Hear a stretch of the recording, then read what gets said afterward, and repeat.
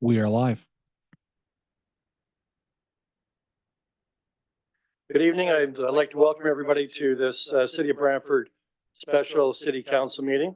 First of all, I'd like to welcome everybody back from the holiday break and wish everybody a happy new year. Speaking of welcoming back, before we get started on tonight's agenda items, I want to take a moment to publicly welcome Michael Bradley back to the City of Brantford as our Chief Administrative Officer. Born and raised in Brantford, Michael's connection to this community runs very deep. He previously served as our Commissioner of Community Development before taking on a leadership role as the City Manager in St. Thomas. He's also held the position of CAO at the County of Brant. And through these roles, Michael has consistently demonstrated a calm and clear vision and steady hand, competently leading teams through growth, transition, and towards very meaningful accomplishments.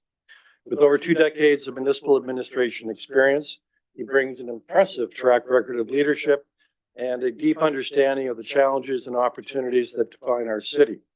We're especially excited to have Michael's experience and insight as we work together on a number of major priorities, such as the development of the boundary lands. His history with this project, combined with his knowledge of Brantford's unique character, will undoubtedly prove invaluable to both the city and our residents. Michael, I know I speak for all of us here when I say how thrilled we are to have you back.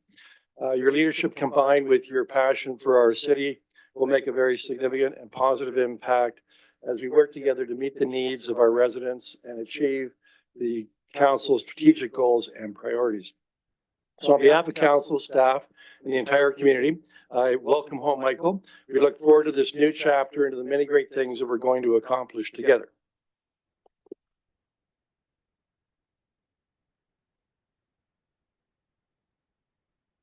So, Mr. Clerk, would you please confirm that roll has been taken? Through the chair, roll call's been taken. All right. Does anybody need to make a declaration of pecuniary interest on any of the items that are on our agenda this evening? If so, please physically raise your hand. Seeing no raised hands. So we'll move into presentations, delegations. We have 2 delegations with us tonight. Before we hear from the delegations, I have to, as we do at every meeting, read the rules that appear in our city's procedural bylaw applying to delegations, and they are as follows. No person shall display any sign, banner, or placard in the meeting room other than audiovisual aids that, in the opinion of the chair, are legitimate audiovisual aids necessary in connection with any presentation to be made to council. All persons present shall use polite and respectful language and shall refrain from the use of any language or the making of any gesture that is disrespectful or offensive. All persons addressing council shall speak only on the subject in debate and shall not speak on any other subject. No person shall applaud participants in debate or engage in conversation or behavior that may disrupt the proceedings of the meeting. So as I said, we have 2 delegations regarding this evening's agenda. So I'm now going to ask Josh Van Horn to come forward on behalf of the Brantford Professional Firefighters Association.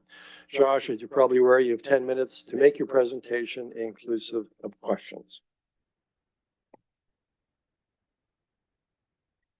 Can you guys hear me?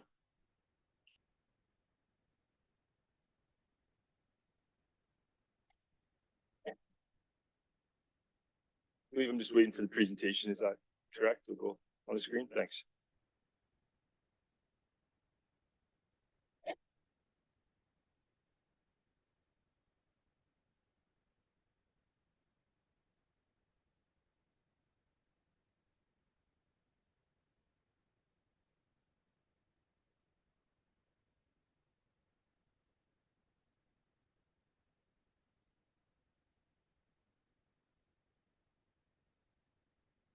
Your Worship, Mayor Davis, members of council, thank you for the opportunity to speak. My name is Josh Van Horn. I'm the president of the Brantford Professional Firefighters Association. I represent 143 men and women as well as their families in our city's fire service. I would like to advocate for the inclusion of a supervisory role for our communications center to the 2025 operating budget. I welcome the opportunity to work collaboratively to explore these adjustments. This role is essential to improving operational oversight and service delivery. As a jumping off point, for this discussion, I want to begin with a quote from report 2023-635 delivered to council on December 12th, 2023 by Fire Chief Todd Binkley. The Master Fire Plan was developed through extensive internal and external consultation with stakeholders, including Mayor and Council, CAO, Finance, Human Resources, Fire Department, Brantford Professional Firefighters Association, and community engagement. Information from the Community Risk Assessment, Fire Protection and Prevention Act, RSO 1997, Occupational Health and Safety Act, RSO 1990, Office of the Ontario Fire Marshal and Emergency Management, National Fire Protection Association, or the NFPA, and data from similar municipalities was also used to guide and inform the analysis and recommendations in the Master Fire Plan, end quote. Now, I also want to make reference to the changes in the fire service dispatching landscape since the original report was completed in 2019. I'll start locally. The data used was from 2014 to 2018. In the first year of that data, our department ran 3,348 emergency calls. In 2024, we ran 6,788.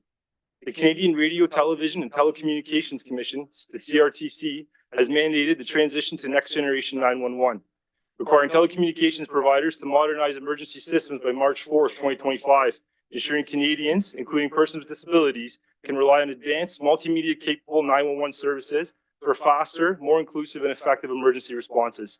Simultaneous notification has reached another neighboring community that goes live on January 20th, 2025. The Brantford Fire Department is transitioning our records management system in the year 2025. As well, the Brantford Fire Department has been able to add Brant County Fire Department to our list of jurisdictions we also dispatch for, bringing the total to 2 other jurisdictions and over 2,100 additional emergency calls per year. The NFPA has amalgamated standards 1061 and 1221 to make NFPA 1225 the standard for emergency services communicators, and in 2022, the Office of the Fire Marshal and Emergency Management, OFMEM, in Ontario, has implemented significant measures to standardize firefighter training across the province.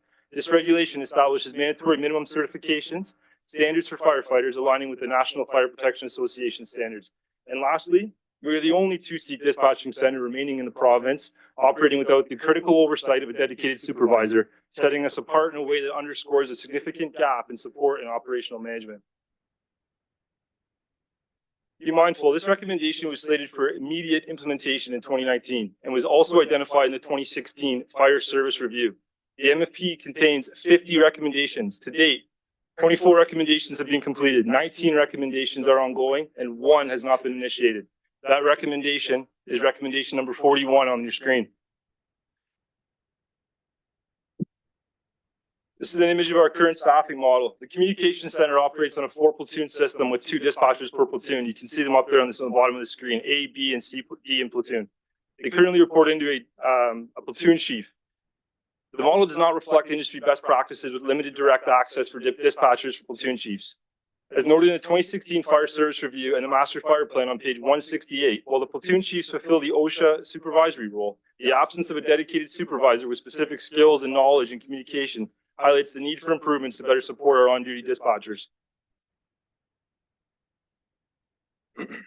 For expanding dispatch services, I want to highlight recommendation number 44, which suggests that once all communication center personnel are certified to NFPA 1061 levels 1 and 2, the city should explore partnerships to provide fire communications and dispatch services to other jurisdictions as a revenue source.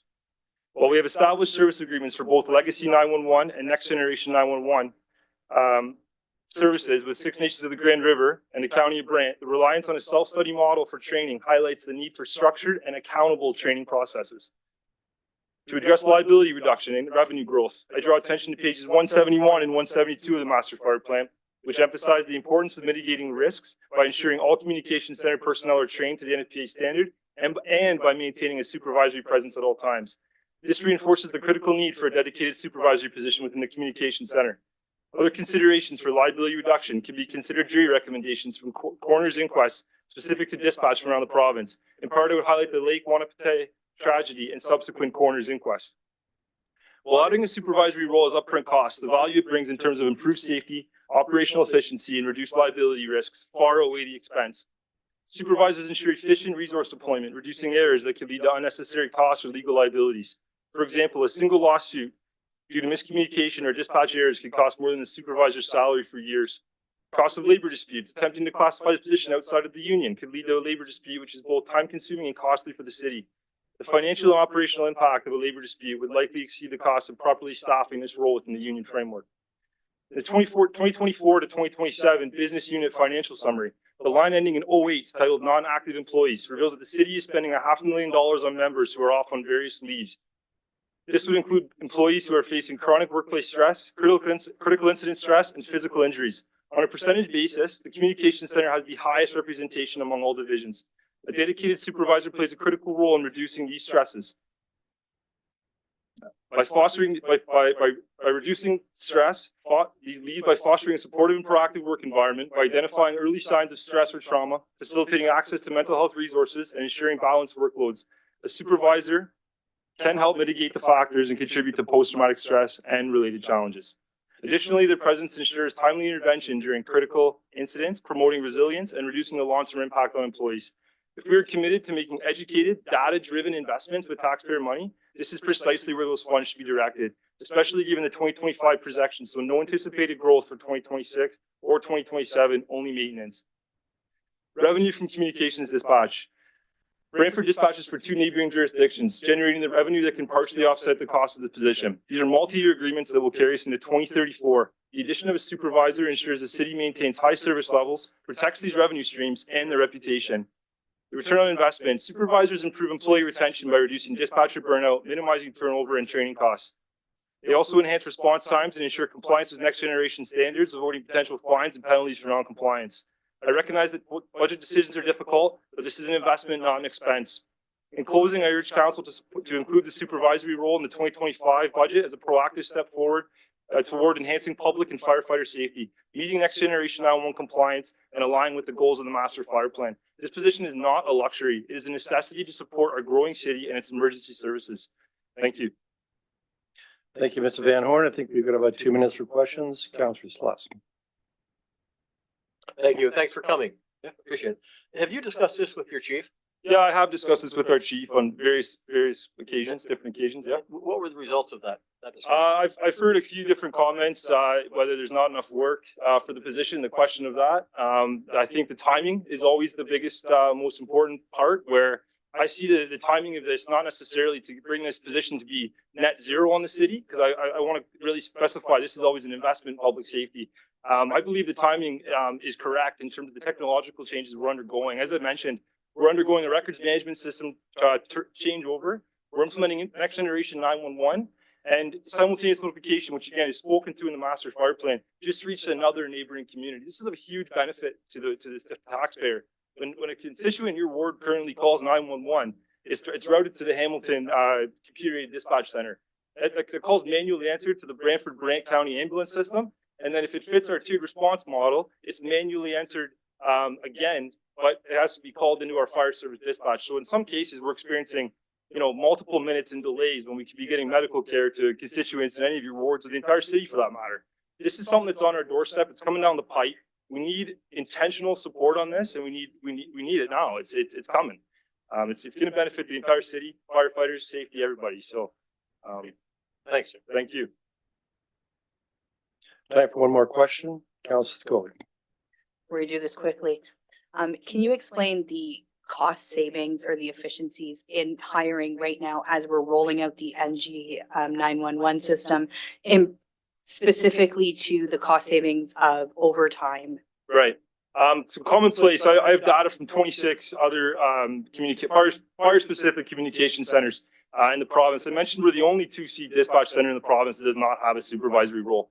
Part of the job duties is typically backfilling. And you notice that was a recommendation on the Master Fire Plan as well. Our current backfilling model for that 4-platoon system is to take firefighters off the trucks. We have 6 firefighters per platoon that are trained into these dispatch competencies. That requires recurring costs to register these members, train them, as well as take them off the truck and take that additional risk for incurring overtime.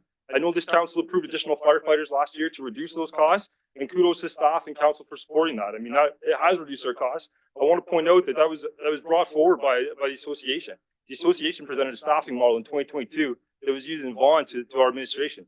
We're not trying to gouge the city. We're not trying to incur additional expenses that are not investments.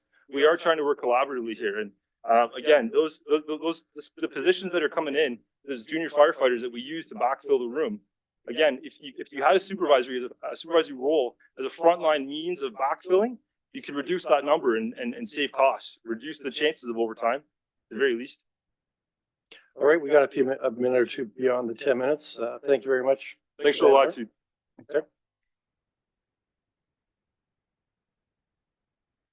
So we'll now move on to the second delegate. Two of them actually. Sebastian, I think I see you there in the back of the room. Sebastian Corey and Roderick Norwich of Wilfrid Laurier University Students Union. Gentlemen, please come up.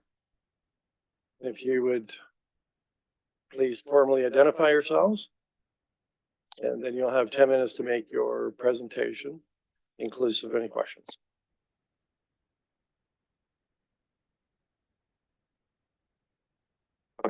Oh, there we go. Thank you. My name is Sebastian Corey. I'm the Associate Vice President of Government and Stakeholder Relations for the Brantford campus at the Laurier Students Union. I'm joined by Broderick Norwich, who is the Vice President of Government and Stakeholder Relations. Thank you, Mayor Davis, members of council. The Wilfrid Laurier University Students Union is the official representative of over 20,000 undergraduate students at Laurier's Waterloo and Brantford campuses. Since the opening of Laurier's Brantford campus in 1999, Laurier students have played an integral role in the Brantford community, creating partnerships and pathways to mutual success. In the spirit of this partnership, the Students Union has regularly advocated on several topics, including those of housing and transportation. Moreover, the Students Union strives to improve the undergraduate experience for current and future students at Laurier. To that end, the Students Union is pleased to delegate on behalf of all Laurier students to the Brantford City budget for fiscal year 2025. Our organization is pleased to see funding for phase 1 of the Brantford transit system upgrades.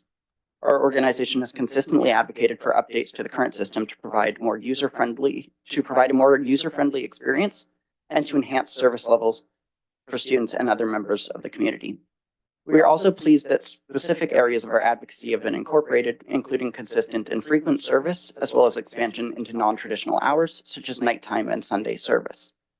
Brantford Transit is an integral part of allowing students to navigate the city, and we remain optimistic that the proposed upgrades will enhance students' quality of life in Brantford. The Students Union encourages council to continue to provide adequate and sustained investments into this plan as necessary to enhance this critical infrastructure. Notwithstanding our appreciation for transit funding, the Students Union remains disappointed that the Rent Safe Brantford project has been excluded from budget 2025. This program is aimed at providing some of Brantford's most vulnerable citizens with comprehensive and informative location through which to access information surrounding their rights as a tenant. Although this measure passed council in 2022, to date, no demonstrable progress has been made in the creation or dissemination of this service. Despite numerous follow-ups from both our Students Union and other student organizations, this project has not moved forward. The Students Union calls on the City of Brantford to provide funding for this project, to allow renters in Brantford to adequately understand their rights and responsibilities, as well as to have available resources to remedy any issues faced. Given time and proper investment, this will promote a safer and more responsible rental market in Brantford. The Students Union appreciates the efforts that council and staff have made in prioritizing upgrades to Brantford Transit. This upgrade will enable community members as well as Laurier students to effectively navigate Brantford in a safe and timely manner. However, we believe that more needs to be done to prioritize safety and stability of housing accommodations available, while also promoting affordable and accessible options to students. Transit and housing work hand in hand to promote the development of municipalities and to allow students to be connected to that process within the communities they live and contribute so much to. We hope to continue to share a community that fosters development for the benefit of all community members, and we appreciate consideration and attention to student voices as valuable members of the Brantford community. Thank you, and we're happy to take any questions. I think we have a question from Councilor Carpenter. Yes. Thank you for coming. Thank you, Mr. Mayor. Thank you for coming. The Rent Safe program, how was that funded? What was the number? Can you tell me what the number was? And the logic of the program, as I understand it, is to make sure that students know their responsibilities and their rights, not just their right, but both. Yes. So when the project was initially brought forward in 2022, it was brought forward by Councillor Wall. And the idea of that project was to provide a mainstay information center so that it would be accessible to the community, and it would essentially amalgamate all of the available rental information, such as the information provided by the landlord tenant board as well as local resources, just to provide kind of a one-stop shop for those resources. There was a report commissioned to city staff with an option to provide funding into the budget of 2023. That was extended, and we didn't see that in that budget, and we haven't since then. Is it something that could be done in conjunction with a student union? Likely so, yes. As far as we see it, with just the Rent Safe Brantford program, it would just be a web page and an amalgamation of resources. So there could be some collaboration there. Okay, when the social services department and maybe the student union could put this together. That's what you're thinking. Yeah, that is a possibility. Yeah. All right, thank you for your time. Thanks for coming. Thank you. Thank you, Mr.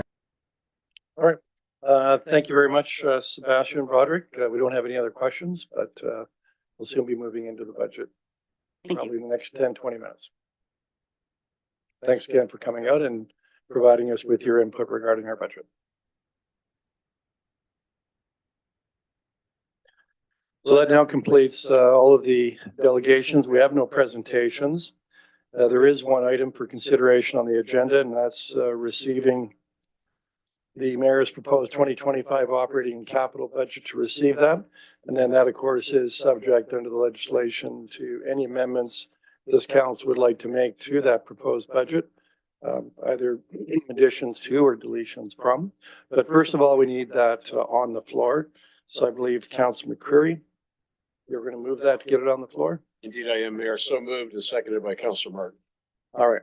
So I understand that there may be some amendments, and I think actually Councilor Sikoli, why don't we move right into the amendments unless anybody has any objections? Of course, there'll be general speaking opportunities after we've dealt with any amendments. Councilor Sikoli, I believe you have an amendment. I'd be happy to kick this off. So I do have an amendment. It'll be moved by myself and seconded by Councillor Martin. Whereas the master fire plan presents 44 operational recommendations that will provide efficiencies, cost savings, and strengthen community safety practices. And whereas in 2025, Brantford's emergency services will be transitioning to the next generation 911 communication software technology to remain compliant with federal mandates. And whereas the implementation of a dispatch service supervisor to coordinate with the rollout of the NG 911 systems would provide cost efficiencies in the form of reduced training and overtime costs, would provide potential revenue streams in the form of providing training and communication services to other jurisdictions, and would provide crucial backfill services to ensure more timely response to public emergency calls. And whereas communications and dispatch is the first line of contact in an emergency situation, and public safety is of the utmost importance to the city of Brantford, now therefore be it resolved that the amount of $35,000 be added to the Brantford Fire Department Local Board's 2025 budget line for the purpose of adding a supervisor of dispatch to their staffing complement to begin in Q4 of 2025. And that the ongoing costs of this new position be reflected in the Brantford Fire Department's budget presentation during the next estimates cycle. And if I may speak to this. Yeah, just remind the members that we have 2 speaking opportunities to these amendments, 4 minutes each. Go ahead, Councilor Sikoli. Very good, thank you. I think in my research, I've determined that the benefits to adding this position, and the position being the supervisor of dispatch, is an onion that has many layers of benefits. And we heard a lot of those benefits from the delegation that we did have present, but this is an item that was presented as a recommendation to council in 2019 in the master fire plan. And I truly believe that it makes a lot of sense to roll this out now in the 2025 year to align itself with the rollout of the new upgraded communication system. Our city is growing, our calls are multiplying. And when this happens, our communication and dispatch needs to be needs to be very fluid and they need to have help on the fly. And I think we can all agree that having trained firefighters providing backfill services in the communication department is not necessarily the highest and best use of our fire department's greatest asset, which is our firefighters. We're looking at a cost of $18,000 to $20,000 a quarter. But if this role ends up being filled internally, which it likely will, I think we'll see one of our higher or more senior communications or dispatch individuals perhaps moving up into that role and ending up with a little bit of a raise. And then any new hires will come in at like one of the lower pay grades according to the what they have laid out there. So on the pay scale. So I think it's not going to cost as much as we think it might. It'll be really hard to quantify the full scope of the positive impact on the community and the cost savings of the reduced overtime until about 2027. I think we would really need to see this implemented over the next year to really have a good grasp of what we've saved on the training costs. And I think we have to look at how much we're going to be saving on the training costs if we have to hire and coordinate with the NG11. And it's not only training the supervisor one time, it's the cost of training all of the firefighters that are going to need to be trained on the new system to come in and provide that backfill. And that's a really high cost. This is not to mention the potential revenue streams that could be created with the hiring of this position. And of course, that comes in the form of potentially offering training services to other jurisdictions or communication assistance to other jurisdictions. So I think I brought this forward because it is a wise decision. I think what we're doing here is we're saving future money spent. And I think it's just the smart thing to do. And that's why I'm bringing this forward and why I feel so passionately that this is the right time to move this forward. And I hope that I can count on everyone's support here today. Thank you. Councillor Sluss. Thank you, Mr. Mayor. I'm kind of torn on this. The case presented by the presenter was compelling. There's no question about that. And it made a lot of sense to me. I don't know about the others, but to me, it made a lot of sense to move forward with this. But then if I step back and I look at it, I say, well, then why do we have a fire chief? We have a fire chief to make recommendations and to run a department. This is not his recommendation. So I'm kind of caught between the two. One sounding like a very rational, very common sense thing to do. The other is, I guess, looking at the hierarchy on how we operate the city. So I think before I vote, I'd definitely like to hear what other people have to say. And I'll certainly, at the end of the day, be coming down on one side of the argument or the other. So thank you, Mr. Mayor. Councillor Samuel. Thank you. And through you, Mr. Mayor. I also feel that this is very important. I think that it's pretty impossible to put a price on keeping people safe.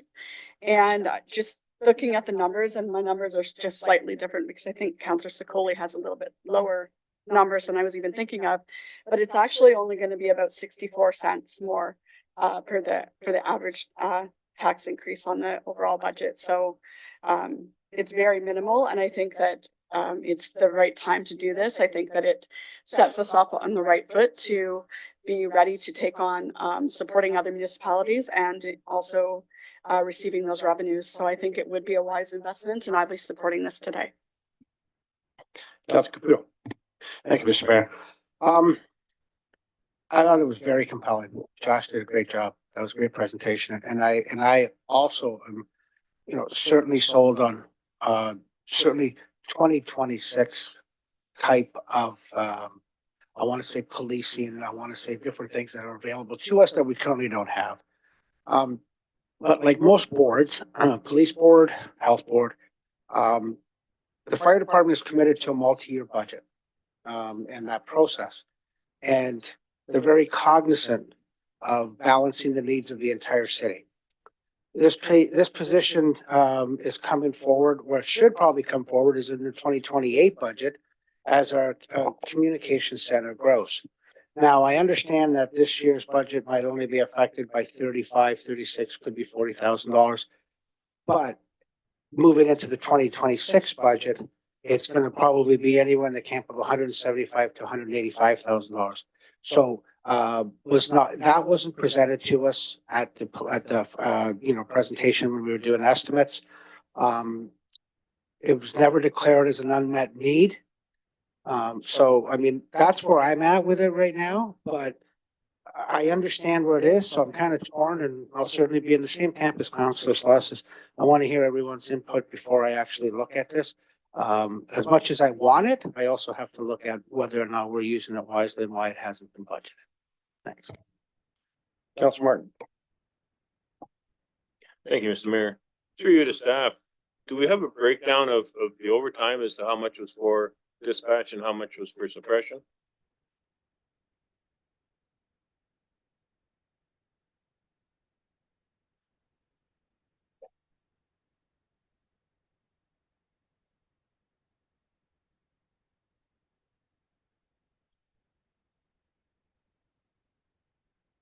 Through the mayor, we do have that data, but I don't have it with me tonight.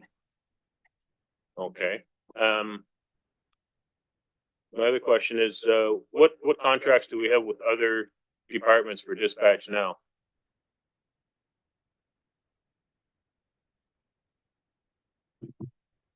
Through the chair, we currently dispatch for Six Nations of the Grand River and the County of Brant Fire Department.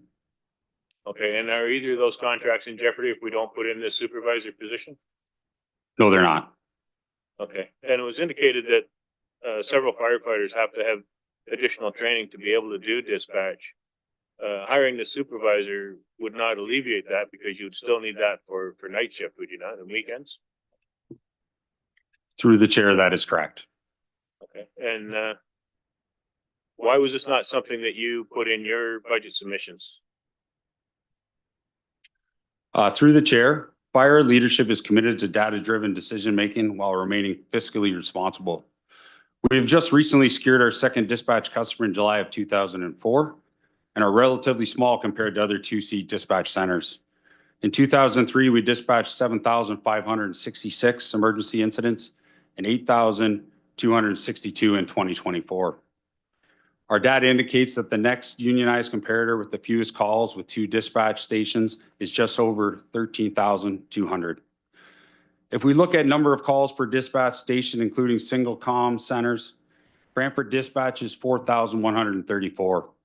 Hawkesbury and Aurelia, both single seat communication centers, dispatch 5,365 and 5,758 respectively. There is an ongoing implementation plan for NG 911 that is well underway, is overseen and managed by a deputy chief. Similarly, our record management system, there's an implementation plan and team overseen and managed by a deputy chief.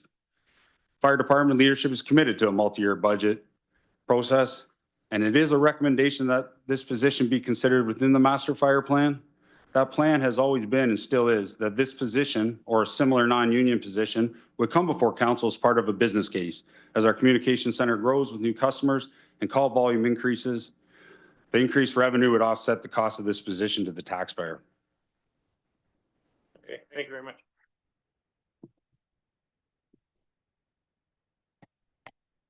I'll speak to this. I'm not supporting this, and I say so because I think it sets a very problematic precedent for how the city is run. There is a hierarchy in terms of how the city is operated administratively. And also there is a collective bargaining process where we have collective bargaining units, Firefighters Association being one of them, that then deals with senior management and deals with them with respect to issues that need to be negotiated.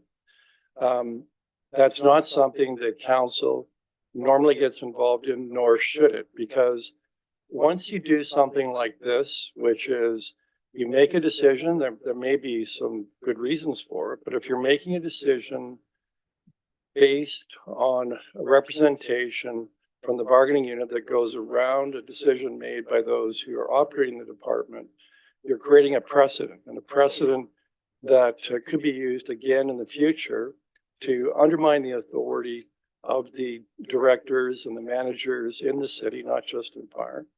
And to me, it's respecting the lines of authority the fact that we have the chief who's making decisions based on the best management of the fire department. In his view, that's why we have him as the chief. And so for that reason, I suggest to you that despite the fact this may have a lot of merit, and I'm not in a position to judge the merit. I'm not an expert in firefighting or running fire departments. Our chief is, and our chief is telling us based on the data that now is not the time to do this, and that there are alternate methods of delivering this service. So I'm going to recommend to you that we not support this on the basis that it creates a precedent that could come back to create problems for us in dealing with other departments, other issues. So, Councilor Van Tilburg. I want to thank the association for bringing forward to council all the points made. I don't think anyone here on council is actually arguing any of the points brought forward or the need. And as for setting precedents, I think that's a good thing. In fact, I prefer when labor comes out, the people that do the work, speak what the jobs is and what the jobs entail and what they believe that's needed. It's often the frontline workers are overlooked. There's nothing wrong with frontline workers bringing to council what they see and what they feel. And then we still have the ability to handle the ball and make our votes and decisions based on that information. So whether one can approve or not approve, I would say the fact that having more people who work in their positions come before us, I would much more appreciate. It gives us a rounder opinion on what we think is good. We didn't hear anything from the chief saying that this is a bad idea. He's talking about timing, some other logistics, some things like that. There can definitely be a time where they might have been saying, and we wouldn't know that, hey, we weren't ready to do this, but if council's ready to do this and it can go in, well, we would take on that.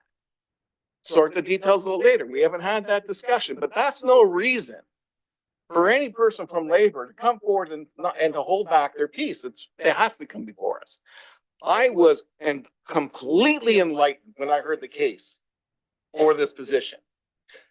I was looking at a budget that is quite high. And my first gut instinct was to say, no way. I am not interested in this. The public's not interested in this, too much. And then you hear the case and you say, this is definitely something we need. And it's something that we need to decide on.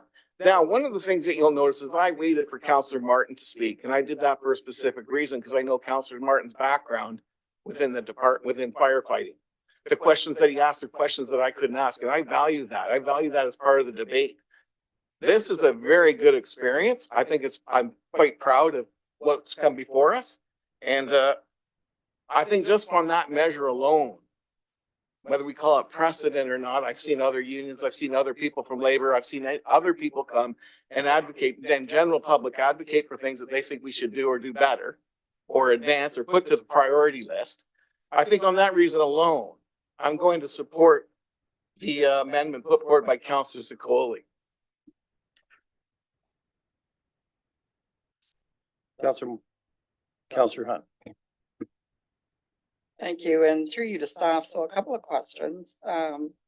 First of all, I also want to thank the association for the presentation and the information that was circulated. I really appreciated the ability to go through that document with the highlighted information that I agree gave me quite an enlightened position. The dispatch supervisor, so is this a union position? Through the chair, I believe the proposal from the delegate is for a non-union position. Fire leadership hasn't really analyzed the data and come up with a plan that we would have presented to council to either propose a union or non-union position. Okay. And the contracts with the other jurisdictions, you indicated one of them came into force in July of 2024. And I'm not sure which one that is, but how long have we been providing services to the other jurisdiction? Through the chair, we started a contract with Six Nations of the Grand River in 2018 and started our contract with the County of Brant in 2024. Okay, and the revenue Is it a set revenue or do we pay per call we take, or how does that revenue work for the contract? Through the chair, it's a set amount for the year. Okay, and so the set amount for the year is how much?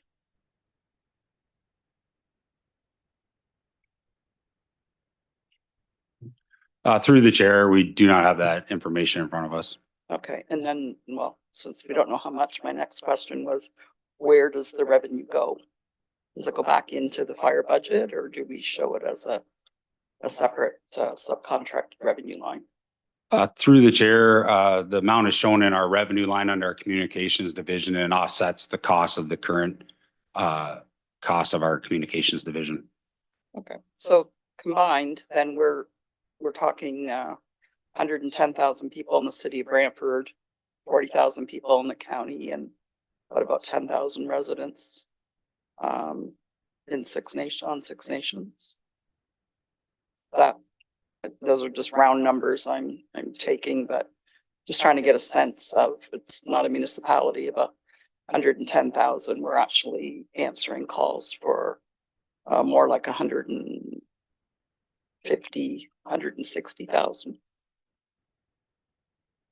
Through the chair, I'm not sure of the population of the county or Six Nations. I can tell you our current call volume for those dispatch centers. So in 2023, we dispatched 6,475 calls for service for the city, 1,090 calls for Six Nations. And then in 2024, we dispatched 6,586 for the city of Brantford, 1,156 for Six Nations of the Grand River, and 521 for the county of Brant that started in July. All right, thank you, Chief Binkley, for that. I'm trying to do math in my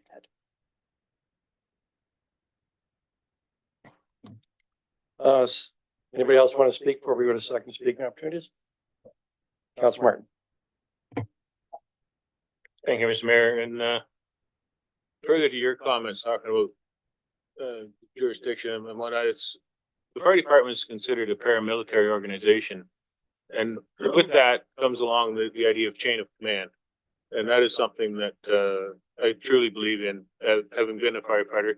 If you don't have chain of command, you have chaos on the fire scene and you have problems within the hall.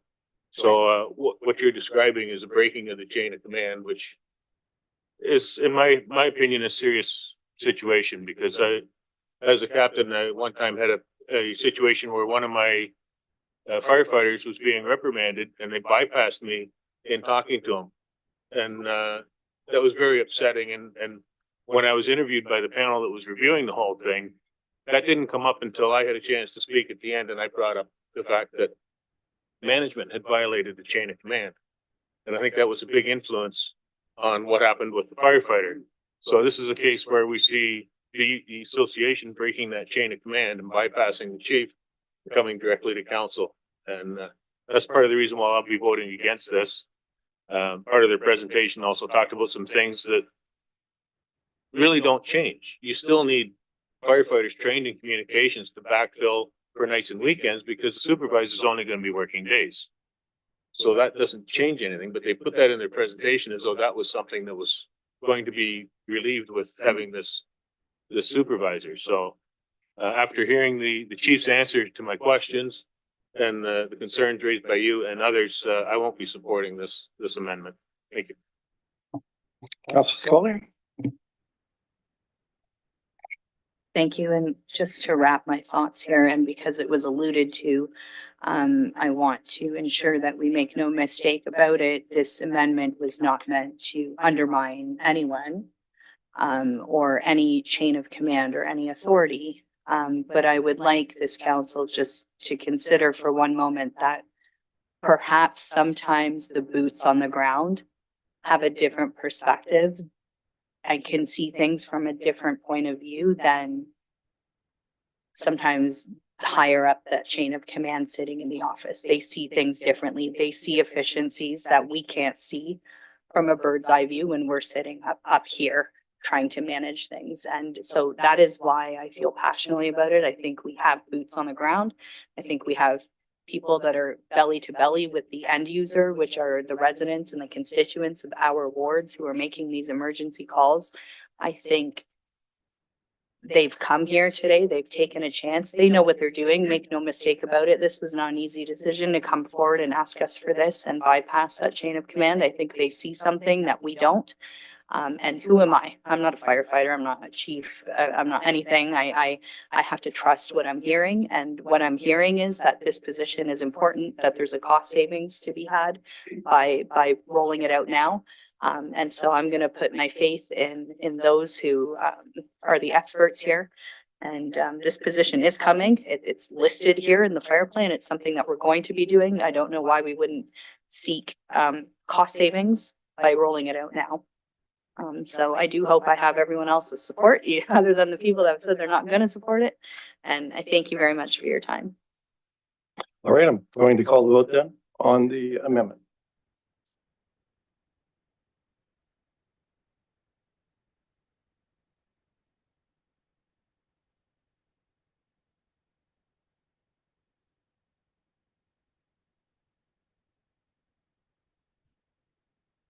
The amendment carries on a recorded vote of 8-3. Members of council voting in favor, councillors Sullivan, McCreary, Hunt, Van Tilburg, Samuel, Carpenter, Caputo, Sicoli. Members opposed, councillors Sluss, Martin, and Mayor Davis. Okay, we understand there may be another amendment from Councillor McCreary. I think you've got something in mind. That's very sentient of you, Mayor. Yes, you're absolutely correct. Reading minds, thank you. Yes, thank you for that. So Councillor Martin is the seconder, and I do have several of these, Mayor. I don't want to hog the floor, so you can interrupt me as I go through them if you wish. The first amendment, as I said, moved by Councillor Martin and I, is an amendment to direct staff to implement snow and ice control of all 21.4 kilometers of paved pathways located within city parks at a 2025 cost of $100,000. And if I may speak to it, Mayor, it's something that Councillor Martin and I hear about regularly from constituents when winter time rolls around, that the folks who've become accustomed to taking trails through our parks now are faced with impasses of snow and ice and mud and all manner of depredations that they should not have to be.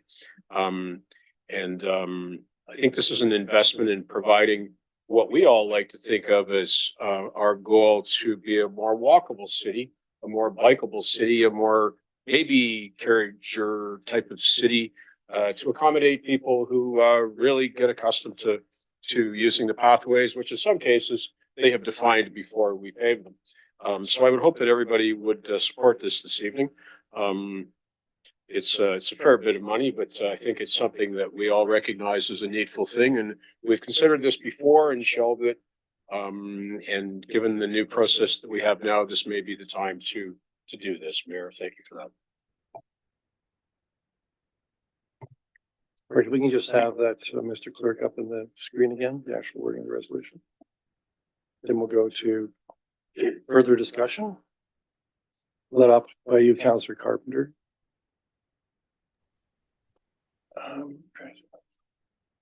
Okay. Thank you, Mr. Mayor. Thank you. I happen to agree with Councilor McCreary and Councilor Martin on this issue. When we pave pathways, they become paved sidewalks. They become walkways. And I believe we already have it in our policy that we clean all walkways. And that should already be included as a part of the engineering budget when it comes to snow removal, that they're cleaning these pathways. I can think of one Silverbridge Park, for example, which leads from one neighborhood to the other side to another side of the neighborhood. And rather than walk around 3 blocks, people will walk through the park path that's been paved there, and it should be maintained. In fact, I think they should, our pathways, we should be thinking about going forward. If we're going to make walkways for people to walk, we certainly have an obligation to make sure they're safe, and that includes lighting in the future. So we should, just like any other sidewalk or any other place we create for people to walk, we should be creating them in a safe manner. And I think that's what the intent of this resolution is. Much as I'm loath to raise what's already a high budget and support an increase, it's a safety measure. Thank you. Any other discussion? Oh, sorry, Councillor Hunt. Thank you. I just wanted to say I'm also very pleased to support this. As somebody that, does not walk but rolls, with a pair of boots on, you might be able to trudge through the snow of a trail that has not been cleared. But believe me, if you are, trying to either navigate with a walker or, a wheelchair or a scooter, it is, virtually impossible. So, for the 22% of our population that has some kind of mobility challenge, I thank you, Councillor McCreary and Martin, for bringing this forward, and, very pleased to support it. Councillor Sluss. Thank you, Mr. Mayor. I think our tax rate's high enough now without throwing more fuel on the fire, Mr. Mayor. I'd be quite happy to support anything if someone can demonstrate where they can make a cut to make up for that increase that they're proposing. So if somebody's prepared to do that, if that's how we're going to do this, then the cut should come before the increase. So if we're going to do this, then I would humbly request that the mover withdraw it, do his cut. If the cut is successful, I'd be more than happy to support the increase. Thank you, Mr. Mayor. All right, challenge is put out there. And actually, I would agree with that. That's actually what I was going to say as well. Councillor McCreary for the second time. I would encourage members of the committee to exercise some degree of patience with the mover and with the seconder, because firstly, let us agree that these are needful things, and there's another amendment coming forward. And then there'll be two amendments that are offering up options in terms of how we can reduce the budget to make this net zero in terms of performing these two worthwhile activities that are needful in the community to support people who have not only limited mobility, but who are accustomed to using these walkways to get where they're going and shouldn't be restricted by a bit of snow. Well, I'll use my second speaking opportunity to say, I actually agree that, if we can afford it within the current budget increase, it actually is, it's a great thing to do to be able to clean the walkways and trails, making them more user friendly through the winter. But, I agree with Councillor Sluss. I don't want to do this unless I know what the trade-off is. What are we taking out of the budget to be able to do this so I can properly balance them? And I think it's unfair to us to want to take a balanced approach to not know that. And you're asking us to vote on this and with promises of something more to come, but I would have liked to have seen that as part of this resolution. So I'm going to vote against this amendment on that basis. So, Councillor Sluss. Mr. Mayor, the debate isn't whether this is a useful or a worthwhile endeavor. It is. And I fully agree that it is. That's not, in my opinion, the argument. The argument is how do we fund it? And that's where I'm having a problem. And if we flipped this process and did it the cut first, then I would be quite happy once that a cut is approved to allocate that money to all these very worthwhile needs. But we're going to approve these, and if the cuts don't get approved, we've just inflated an already extremely high budget. So as much as it's worthwhile, as much as I support the idea of removing the snow from the walkways, I can't support increasing what's already a choking budget. Councillor Martin.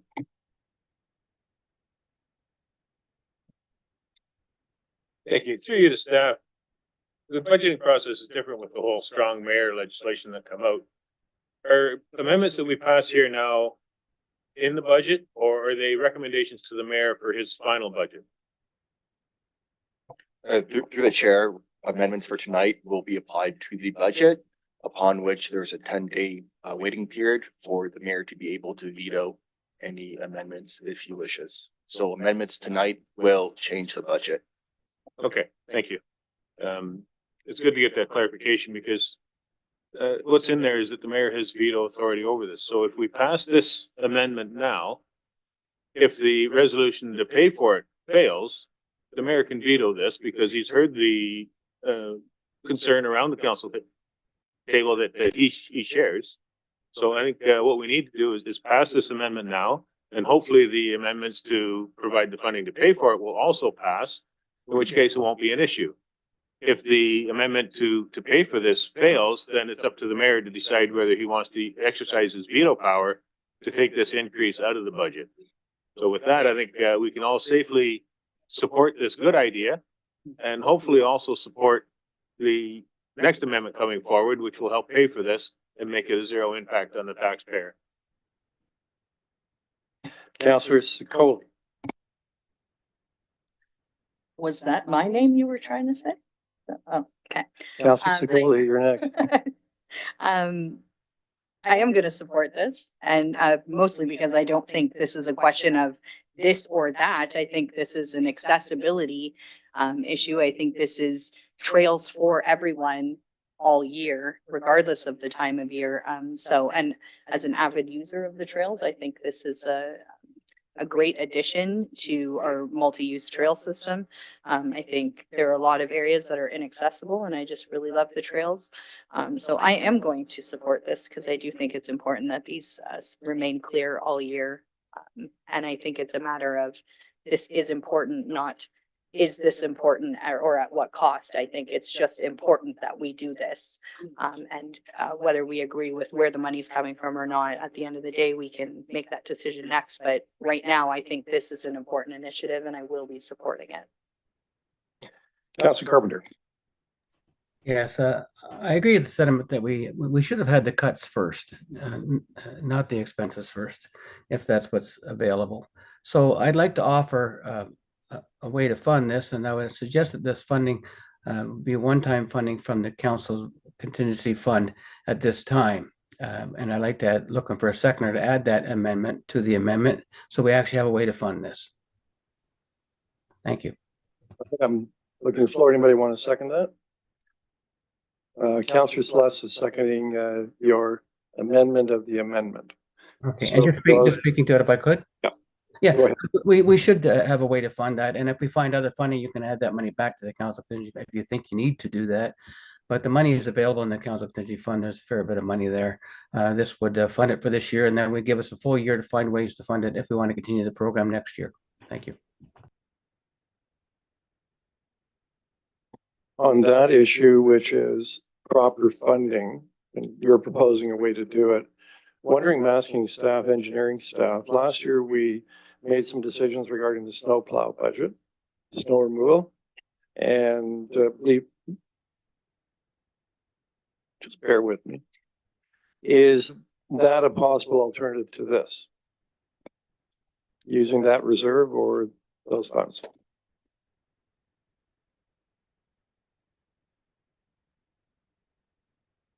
Snowplow reserve.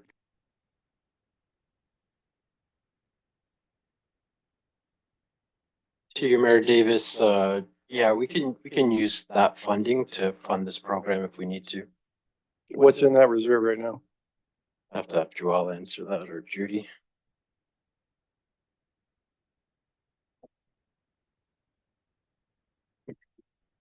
Through you, Mr. Mayor, the balance in the winter control reserve at the end of 2024 is just over $3 million right now. And where was it the year before that? $1.5 million, wasn't it?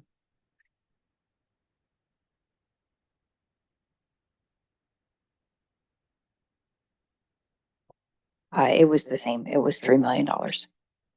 Yeah, so I'm not going to support this amendment, although I accept the intent, but I think there is a better reserve to use, and that's the snowplow reserve, to use it to pay for, to be done this year, and then next year we decide in the budget how to build it in if in fact we believe it should be a long-term service commitment of the city. So happy to change my amendment, Mr. Mayor. Happy to change my amendment to your suggestion. If the second will agree. So, seconder, Councillor Sluss? Sorry, I missed what he said.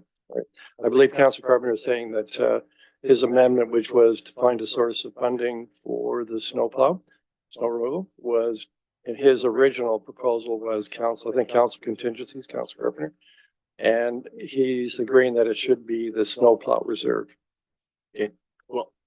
You accept that? Can I speak to it now?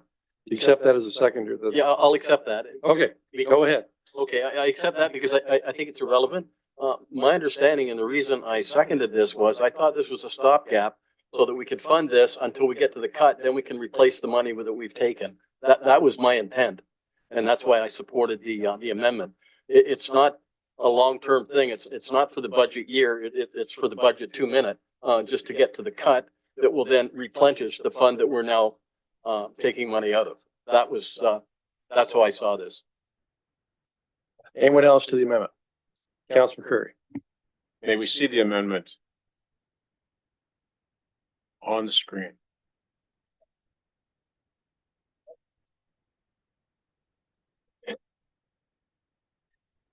Seconder and I accept that as a friendly amendment. So I'll now speak to the amendment as amended. Well, hang on a second. So you're accepting that as a friendly amendment to your original proposal, which was to add in the snowplow for the trails. Is that correct? Yeah. So I think that's a fairly substantial amendment. Does anybody object to that? Do you want to put to a vote, or do you accept that it can be done this way? Okay. Go ahead. I would say it's no more substantial than the fire service amendment, which was adopted by this committee by a vote of 8-3. And I don't believe there were any questions asked of the delegation or the fire chief about, and I'll make the little bracket things about proper funding, which was a phrase used by a member of this committee to object to that amendment when first introduced. And I don't recall anybody speaking about the entire budget as having a balanced approach. We had a number of, I'm not sure what they're called now. They used to be called unmet needs. Now they're called strategic investments, I believe.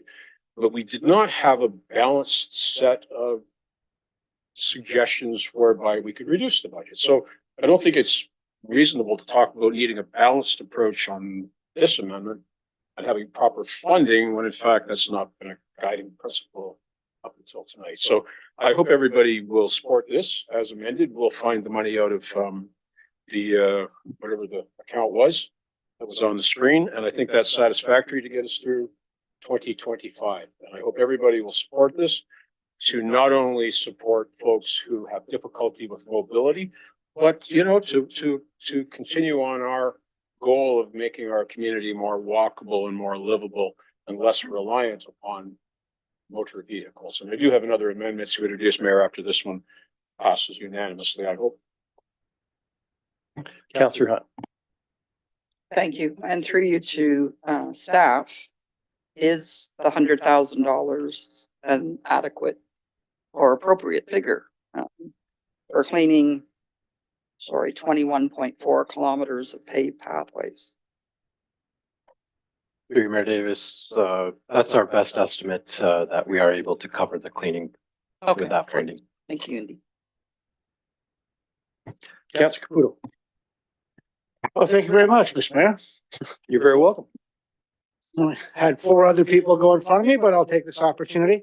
I am going to support having it, this amendment. I was going to inquire about future amendments that Councillor McCreary was looking at bringing forth, which I hope he still wants to bring forth. That's going to have us have an opportunity to look at maybe taking some more money out of this budget. But this is definitely something that has to be looked at. I wouldn't mind us looking at it from a city perspective.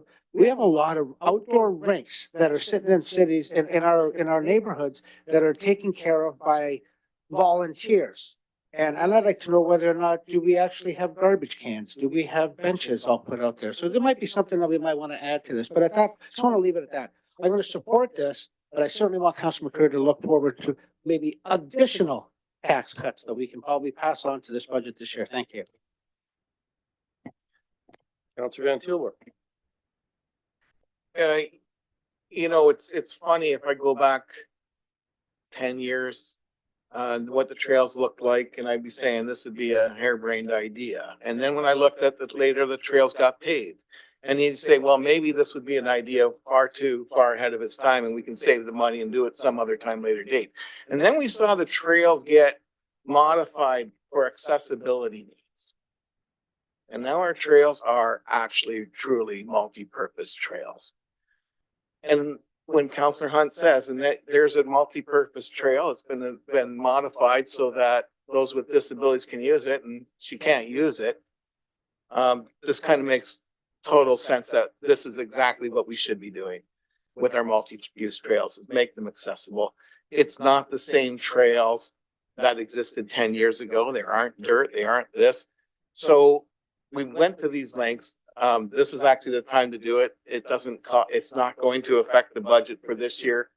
Next year, we'll probably be having that discussion on how we build it into the budget.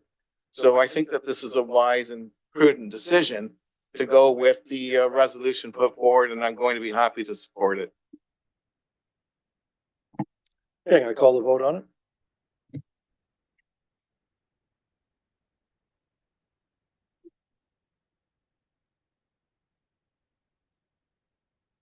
The amendment carries unanimously on a recorded vote of 11-0. Members of council voting in favor are as follows: Councilors Sullivan, Celeste McCreary, Hunt, and Tilbrook, Samuel Carpenter, Martin, Caputo, Sicoli, and Mayor Davis. Any other amendments anybody wishes to make? Councillor Sullivan, your turn. Thank you, Mr. Mayor. My amendment is to be, to put the Princess Anne splash pad back into the 2025 year to be funded through the capital reserves. It's seconded by Councillor Sicoli. May I speak to it? Go right ahead. Old West Brand, as we know it, has been waiting 15 years for the splash pad. This also will give them the ability to have their outdoor hockey rink.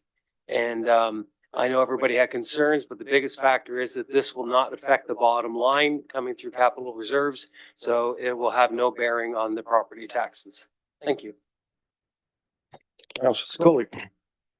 Yes, I have a question for Joelle. It's my understanding that we have some surplus funding in some projects that came in under budget that we could possibly redirect to the splash pad at Princess Anne Park. Would you, maybe the question's not for Joelle, maybe it's for, sorry. Whoever is best suited to answer that financial question. Through the mayor, Councillor Sicoli, certainly we've been aggressively, as we progress through our year-end process, to clean up some capital projects and return surplus. There has been some surplus identified in some other public works projects. That surplus has been returned to reserves. We would suggest that the Canada Community Building Fund be the reserve that's used should council want to proceed with the splash pad. Perfect. So for clarity to this council who's about to make this decision, there were some surplus funds. We came in under budget on some other projects.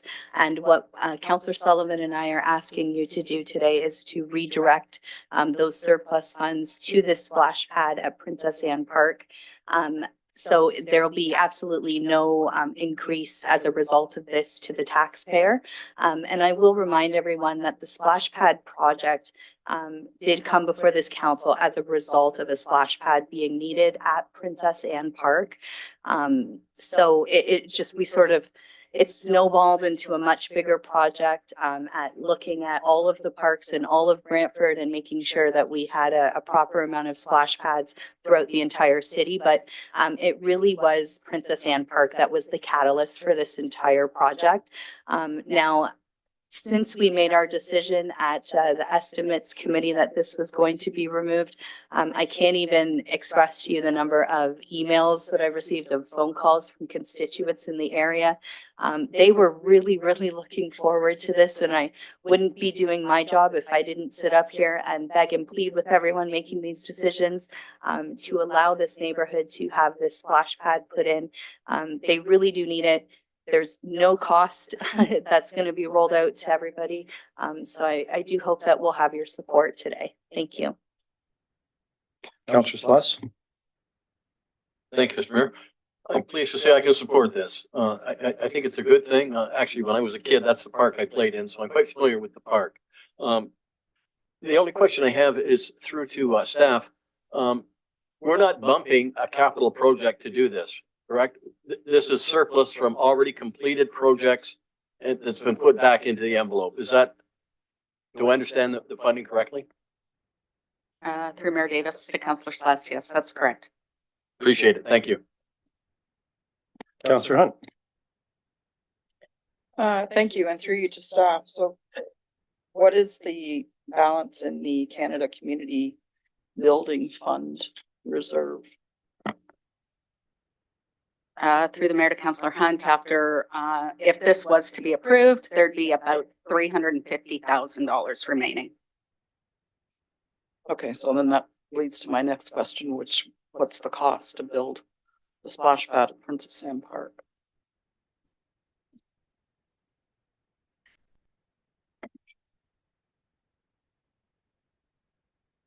Through the mayor, for a small splash pad, which is what we've been using for our costing for this scenario, is $750,000.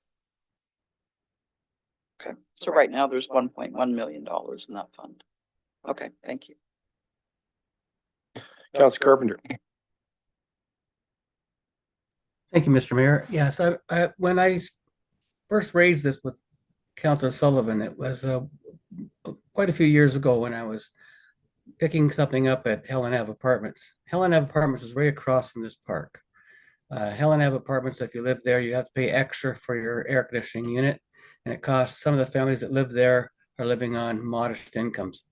And very difficult. There's a lot of families and children living in this area, a lot of kids, and there's very little of anything in Princess Anne Park.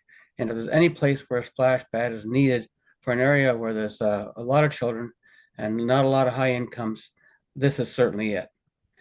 And, you know, a message to staff, we don't have to split splash pads up equally amongst all the 5 wards. It's really quite simple. You can just take a drone and fly over wherever you don't see a lot of swimming pools. There's a splash pad needed in that community. Simple as that. If there's lots of swimming pools around, splash pad not required. In this area, it's been required for a long time and it's been overlooked. And the people of Old West Brant have been waiting for something for this park for a long time, and they certainly deserve a splash pad long ago. So I will be supporting this wholeheartedly. It's something that should be a priority. Thank you. Councilor Van Tilburg. I want to thank Councillor Sullivan for his persistence and the people in West Brant in the area of the park for strongly voicing their opinions. This wasn't just a catalyst. Princess Anne Park was on the list. I would say the catalyst was originally Tula Park, which started the whole thing with splash pads and how we get them. I talked with Rick Weaver, and Rick Weaver was working to get that splash pad into the Helen Ave area. And then we ran into the troubles and Rick left. At that point in time, when the redefinitions of what we were going to do as splash pads, it was there, and then we were going to do now more throughout the city, and Princess Anne would be one of the first. One of the most needed. And I've been backing this since that time. That's practically going to my first term in council. So it's due, it's well deserved, it's well needed, and it's money well spent. I think when people think of us as spending their tax money, there's got to be a tangible benefit that they see. There's going to be a whole group of kids that are going to feel that benefit of that going into that area. It's been well described, so I'll be looking forward to supporting this. Councilor Martin. Thank you, Mr. Mayor. Through you to staff. First, it's good to hear that projects come in under budget. That's always music to my ears. But with the money that has come back into capital from projects that were under budget, do you have a priority list of what things should be moved forward to utilize that money? Mayor Davis, typically we've used that funding for projects that may have gone over budget that are already ongoing, that may require funding, or we go to the state of good repair projects. And if we can move sidewalks, roads, et cetera, we'll try to do that depending on the funding source. Okay, and is any of that surplus money needed for projects that have gone over budget right now?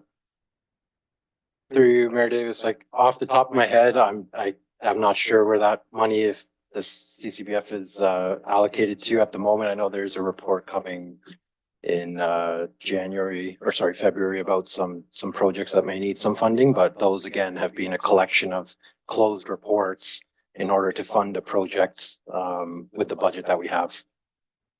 Okay, and if the money isn't spent on a splash pad at Princess Anne Park, can you give an example of what project might be moved forward instead?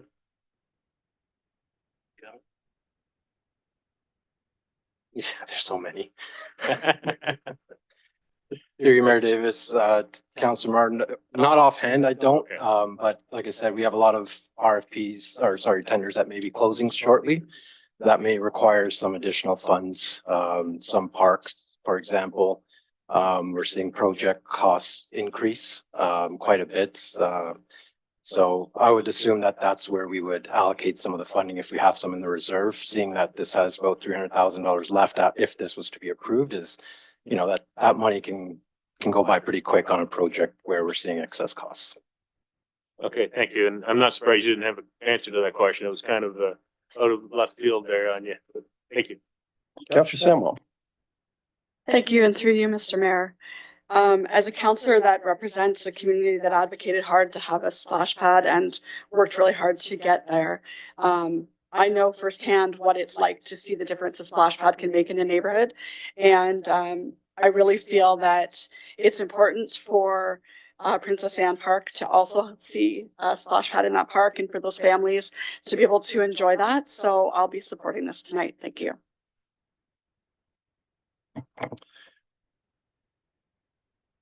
Councillor McCreary, you're next. Mayor, thank you very much. It's very refreshing to see the members of this committee paying attention to the needs of children in our neighborhood. And when one talks about demographics and average incomes, I think you can safely assure yourself that thanks to Mr. Trudeau and his government, everybody has a few less dollars in their pockets nowadays, and anything we can do to relieve some of the agony that people suffer having to decide whether to heat or eat, namely in the form of allowing kids a place to go and recreate, particularly when some of the parents perhaps are having a harder time, again, thanks to the policies of that previously aforementioned gang.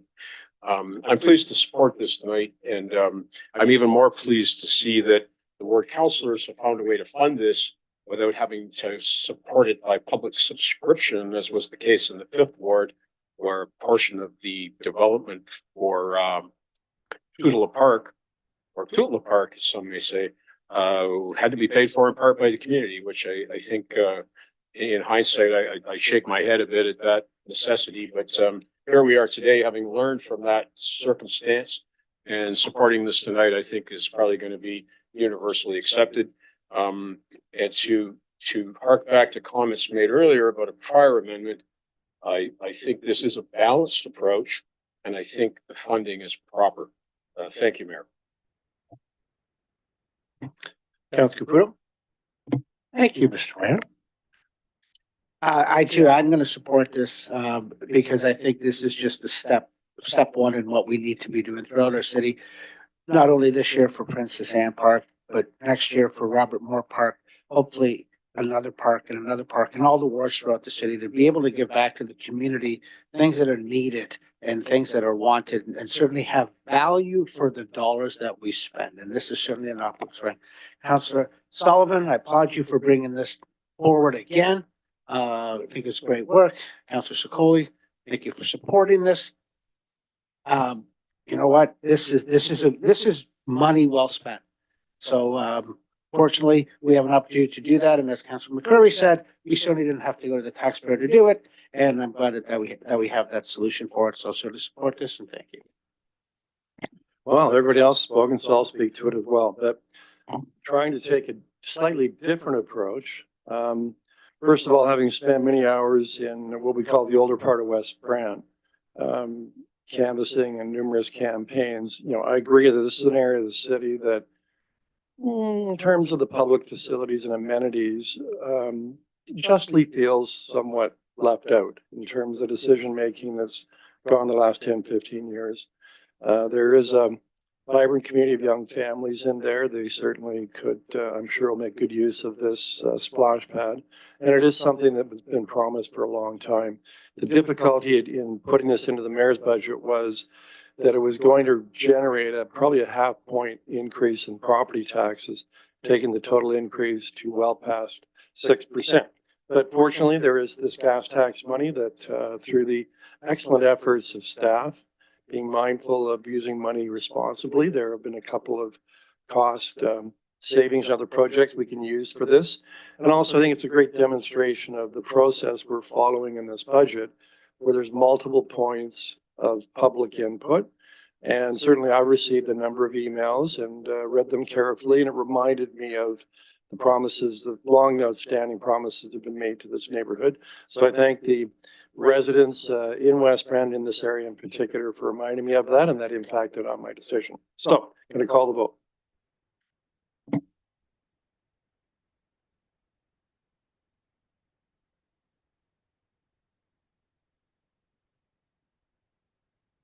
The amendment carries and recorded vote of 11-0. Members of council voting in favor. Councilors Sullivan, Celeste McCreary, Hunt, Van Tilburg, Samuel, Carpenter, Martin, Caputo, Sokoli, and Mayor Davis. Okay, I understand Councilor Curry has a couple of other amendments. Does anybody else want to put forward any amendments? Before I go back to Councilor McCreary for a second amendment. Seeing none, Councilor McCreary, the floor is yours again for your next amendment. Mayor, thank you. It's moved by me, seconded by Councilor Martin. This amendment is similar to the one introduced earlier. This amendment directs staff to implement snow and ice control on all 63 kilometers of asphalt paved multi-use trails at a 2025 cost of about $110,000.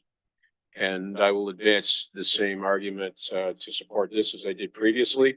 The trails are probably our most universally used recreational and sport facility in this municipality, bar none. Thousands of people use trails weekly. Trails support a number of different uses: walking, cycling. The paved trails are accessible to folks who roll around in wheelchairs, who push strollers, who ride scooters, and who have other mobility issues. It's recreational, it's transportation. It contributes to walkability and to the universally accepted notion that we should be more active and less reliant upon motorized forms of transport. I forgot to mention the proper funding source, which would be the same account that we drew from the first time, which I believe is called the Snow Clearing Reserve Account. Winter Control Reserve Account, yes.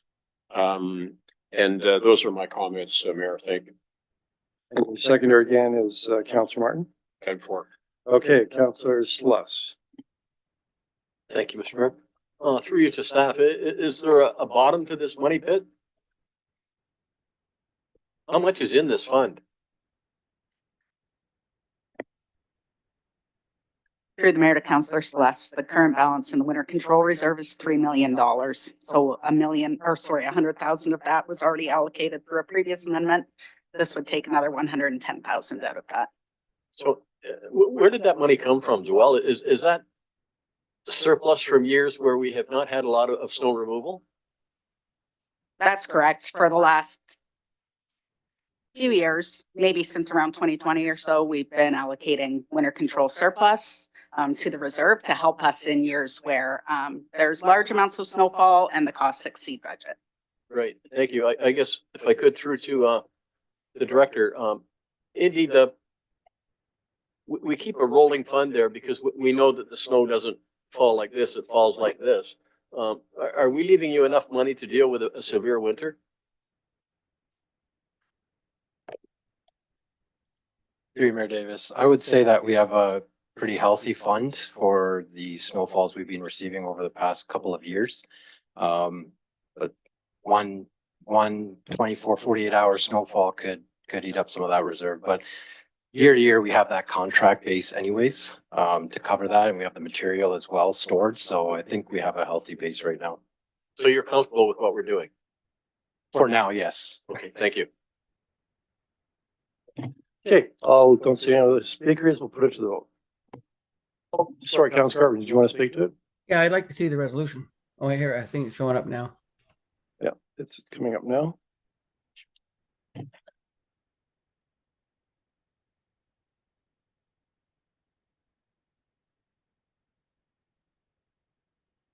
It is coming up.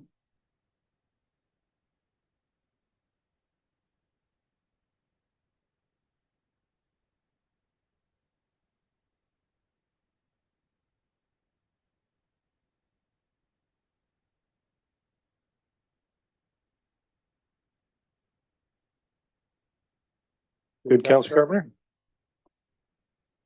Yes, this is all our trails and paths along the river. I believe that would include those with their asphalt.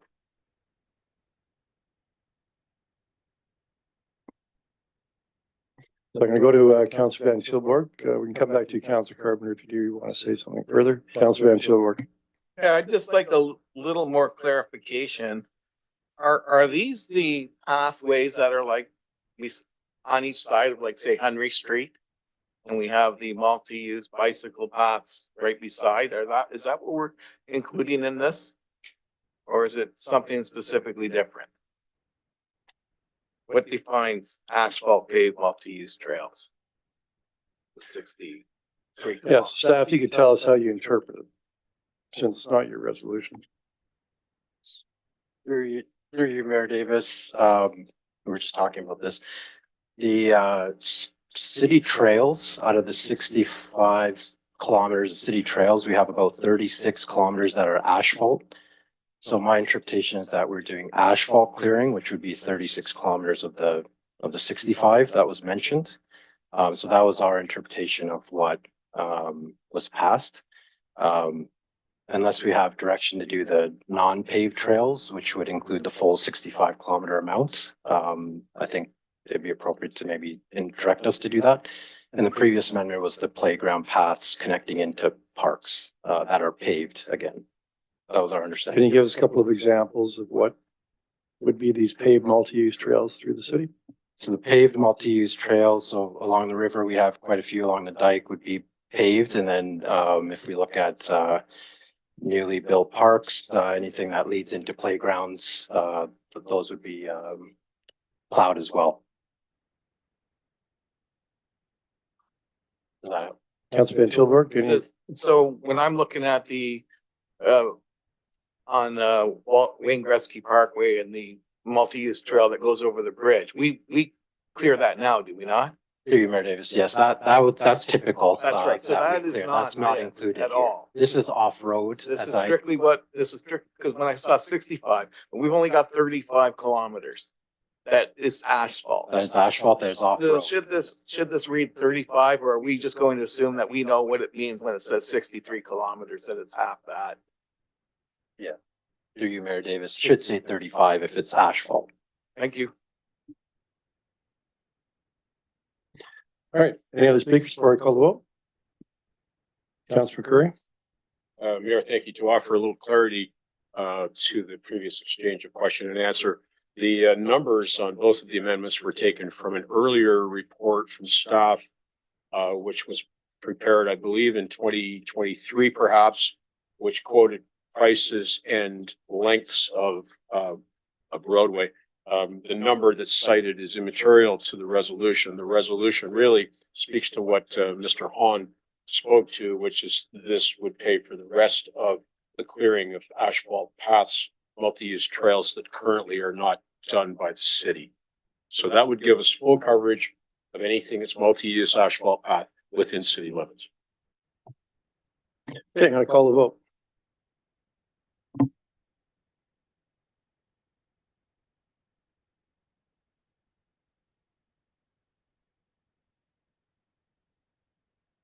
The amendment carries and recorded vote of 10-1. Members of council voting in favor, Councilors Sullivan, Celeste McCreary, Hunt, Van Tilburg, Samuel, Martin, Caputo, Sokoli, Mayor Davis. Members opposed, Councilor Carpenter. Got another one, Miss Councilor Curry? Just so I got an idea of timing, how many more do you have? Might take a break. Do you want like a rough estimate? Well, do you have one? Do you have two? Do you have three? Like, I have fewer than 5. come on.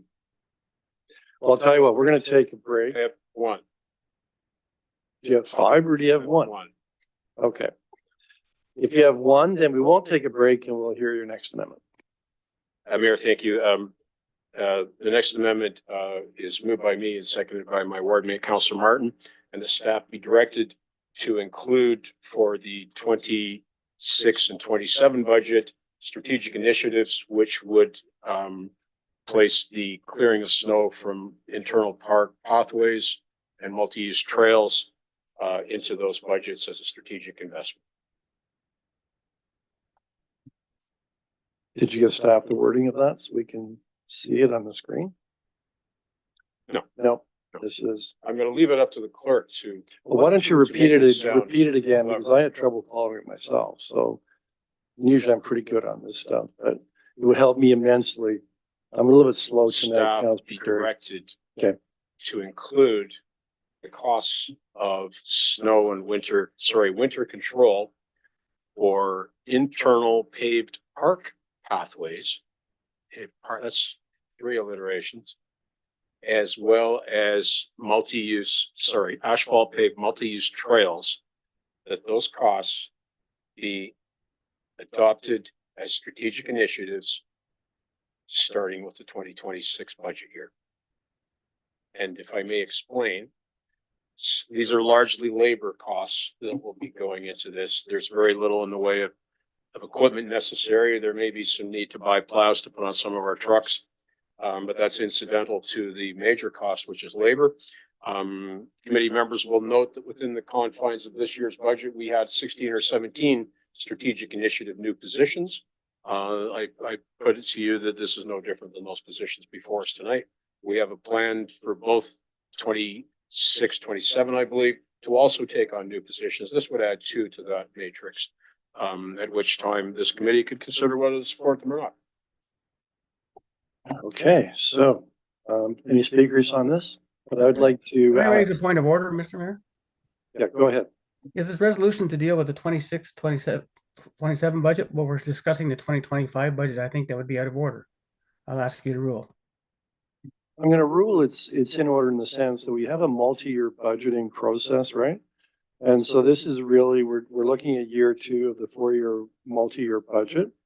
And I'd agree with you if that we were looking at the 2025 budget in total isolation to the other years. I would agree, I would rule out of order, but because of the multi-year budgeting process, I don't think it would make sense to discourage discussion of and consideration of what we're going to do as a council in 2026 or 2027. So, point well taken though, but normally I would have ruled in your favor.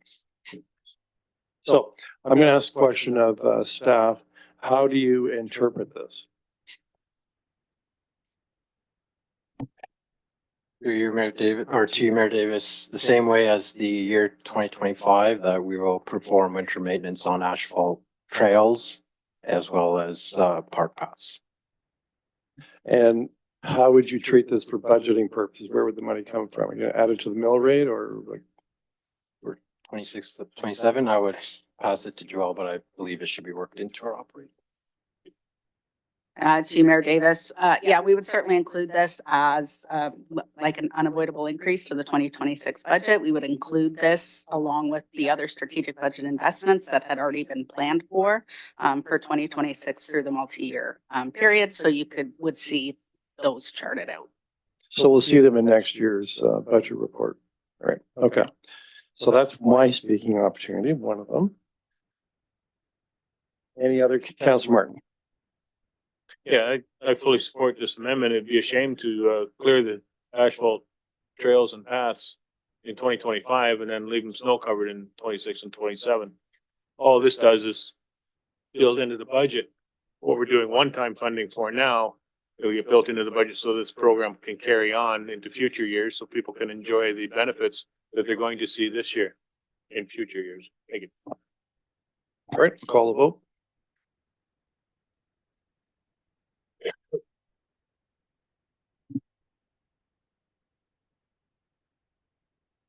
The amendment carries on a recorded vote of 10-1. Members of council voting in favor, Councilors Sullivan, Sluss, McCreary, Hunt, Van Tilburg, Samwell, Marin, Caputo, Sokoli, Mayor Davis. Members opposed, Councilor Carpenter.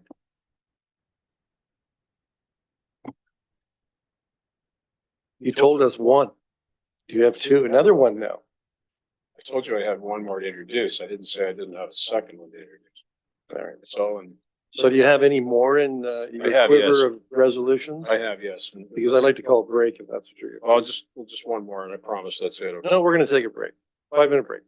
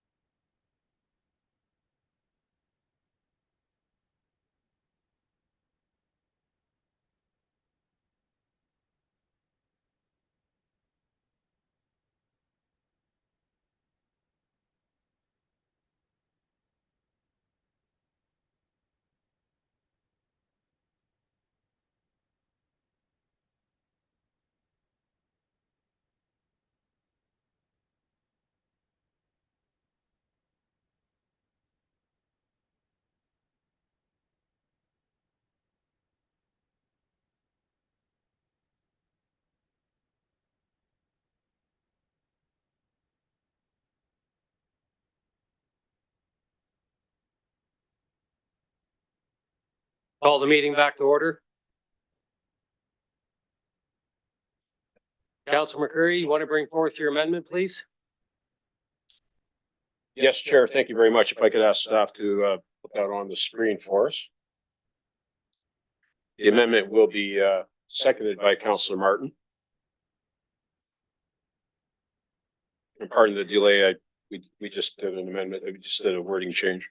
So the amendment reads that the budget be reduced by $210,000 through a reduction in the planned resource investments by elimination of new positions in that amount to be determined by the CAO. Would you like to speak to it? I find it to be somewhat self-explanatory, but I will, since the Chair has suggested I do speak to it. So the budget process, having morphed into the 4-year budget, creates a different sort of a critter for us in order for council to wade through and to make those kinds of balanced approach decisions, as the mayor cited earlier. So the opportunities really for us to make significant reductions are very difficult in that we, other than the strategic investment initiatives, we don't really have a good feel for where we can take money to the benefit of the taxpayer. And this is something of an attempt to balance out the additional money we've spent tonight in looking after the needs of people with respect to snow clearing on our parks. We had, I think I may be slightly off in my numbers. I believe in 2024, we indicated that we were going to be adding 13 positions. And I think in this budget, we have more like 16 positions. The expenditure is fairly significant. Some of these positions are very, very needful. And some may not be as critical. And that's why, God bless them, we'll let the CAO determine which rise to the top and which could be deferred for a year to be considered in 26. So not to say this isn't going to have an impact on future operations, but it's not cutting the budget. It's simply not adding as many new positions as were put forward. We'll still have the same complement in all departments. Some will benefit from additional help, some will not. Those are my comments, Mr. Chair. Okay, Councilor Scully. Just looking for clarity here, our budget outlines that we needed to hire some new individuals, and this is suggesting that we don't hire as many individuals. Can I just have confirmation from perhaps our CAO, because I think that's Through you, Mr. Chair, that's my understanding that we would review the existing strategic budget investment list, and we would pare that list down to the number that's been proposed. okay. I'm not sure. No, wait, I am sure. I'm not going to be supporting this because I do think that our staff are spread pretty thin as it is. I think we made a decision that we need some new people. We need to offload the workload. And I think this might not go over well amongst the hardworking staff at the city of Brantford. And I think it came forward for a reason. It was suggested for a reason. And so I'm going to leave well enough alone, I think, on this particular topic.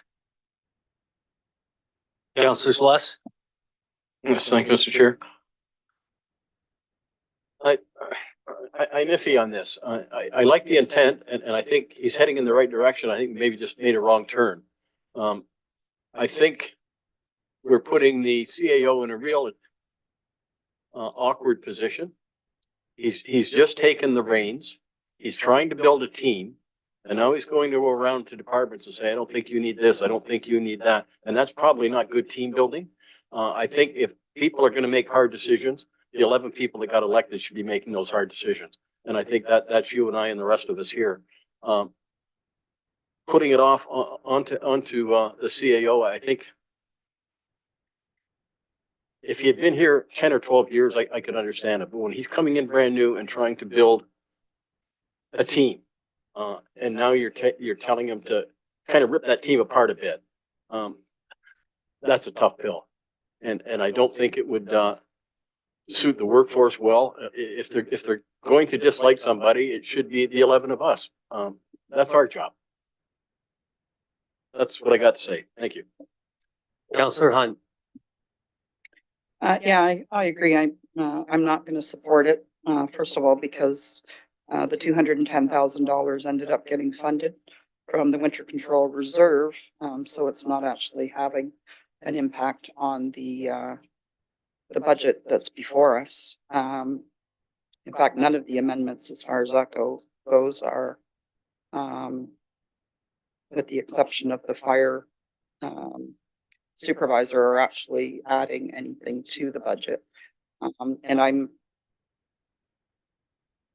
also cognizant of the fact that departmentally, the budgets came through an entire estimates process. And if we were going to cut positions, the discussion as to what positions to cut probably should have been made at that time. So, so for that reason, I don't, and I also agree that it puts our CAO in a little bit of a difficult position because he's got to go back with the paring knife and figure out what positions in what departments are not going to get funded that have already gone through an estimates process and technically been approved in principle. So thank you.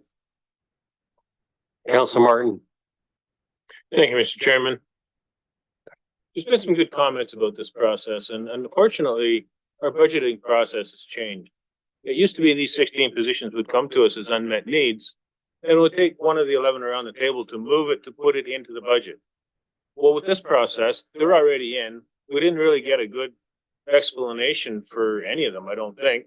And it was just accepted that these 16 positions are needed. If we'd been doing it the old way, there probably would have been about 10 of them that got past the estimates process. So to only have to take out 2, I think is quite easy, quite reasonable to request. So I'll certainly be supporting this. And I think we need to look at how new positions are added into the budget in future budget processes. I think we need to go back to the unmet needs process and have new positions moved by a member of council and put in the budget that way, instead of just being in and up to us to sort through all the information that we're given. And frankly, I don't think we got appropriate information on some of these positions. So to say that we need to make the decisions, well, yeah, we do, but we need the proper information. We need the proper process. And I don't think this year was that. So I'll be supporting what's on the floor today. Counselor Samuel. Thank you, and through you, Mr. Chair. Well, I understand why we'd want to reduce the budget. We are facing a difficult budget year this year. I would also agree that I would not want to reduce positions that staff have brought forward that are needed. And I don't think, as others have stated, I don't think it's a good time to have our CAO trying to make those decisions. I think that really, in the grand scheme of things, the amount of money that this 210,000 is going to change the budget, it's going to be so minimal that it's really not going to have hardly any impact at all. And I think it's important that we have the staffing that we need, and that way we have less need for consultants and things like that in the future. And just to really to look more closely at these positions and positions coming in the future. But I think that at this point, as well intended as it is, and with the fact that everything else was funded through other reserves, I won't be supporting this tonight either. Counselor Carpenter. Thank you, Mr. Chair. I will be supporting this recommendation, even though it's sort of it's obviously it's made on the fly, and staff are going to have some findings and funds. But I gotta say that when we talk about the budget process, that's not what the unmet needs and our ability to approve them or not approve them. It was Mr. Ford that took the process away, and with the super mayor's powers, changed the budget process for all of us. So we have less say. And except for everything we do here can even be vetoed, in a budget where we have zero money going to affordable housing, in a budget where we've just approved paving, cleaning pathways along the trails in the wintertime, and a budget that's at 5.74%. It's just unacceptable. People are going through difficult times. My wife ran into a lady in the grocery store the other day who was deciding whether she was going to add jam to her grocery list because it wasn't affordable. Maybe next week grocery list, she'll add the jam to it. And people are making tough decisions on how they pay for things. And even the 5.74% is not acceptable to me. It's too high. So anything we can do to reduce the budget, you'll have my support on. Thank you.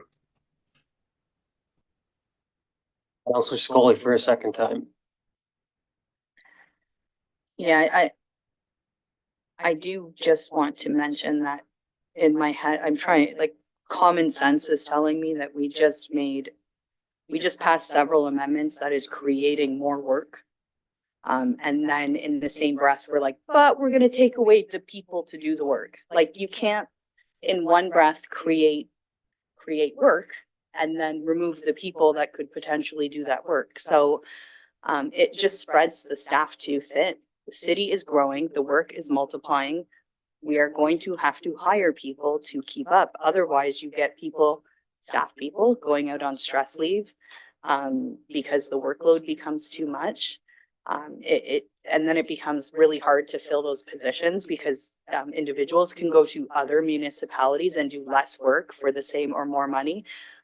We need to be supporting our staff persons who are doing the work that we decide they need to do. So we can't in one breath sit up here and create all this work and then strip away staff people to support that. So I think that more eloquently explains why I won't be supporting this than I said it from the beginning, but I still won't be supporting this. I would encourage everyone to consider at least that when deciding whether or not we need to hire people here at the city of Brantford. Councilor McCurry, second time. Chair, thank you. And let me say, what a fine job you were doing relieving Mayor Davis, who has left us early tonight because he had some surgery, which is limiting his ability to participate tonight. So I'll just read out the list of folks who are included, new hires who are included in the budget.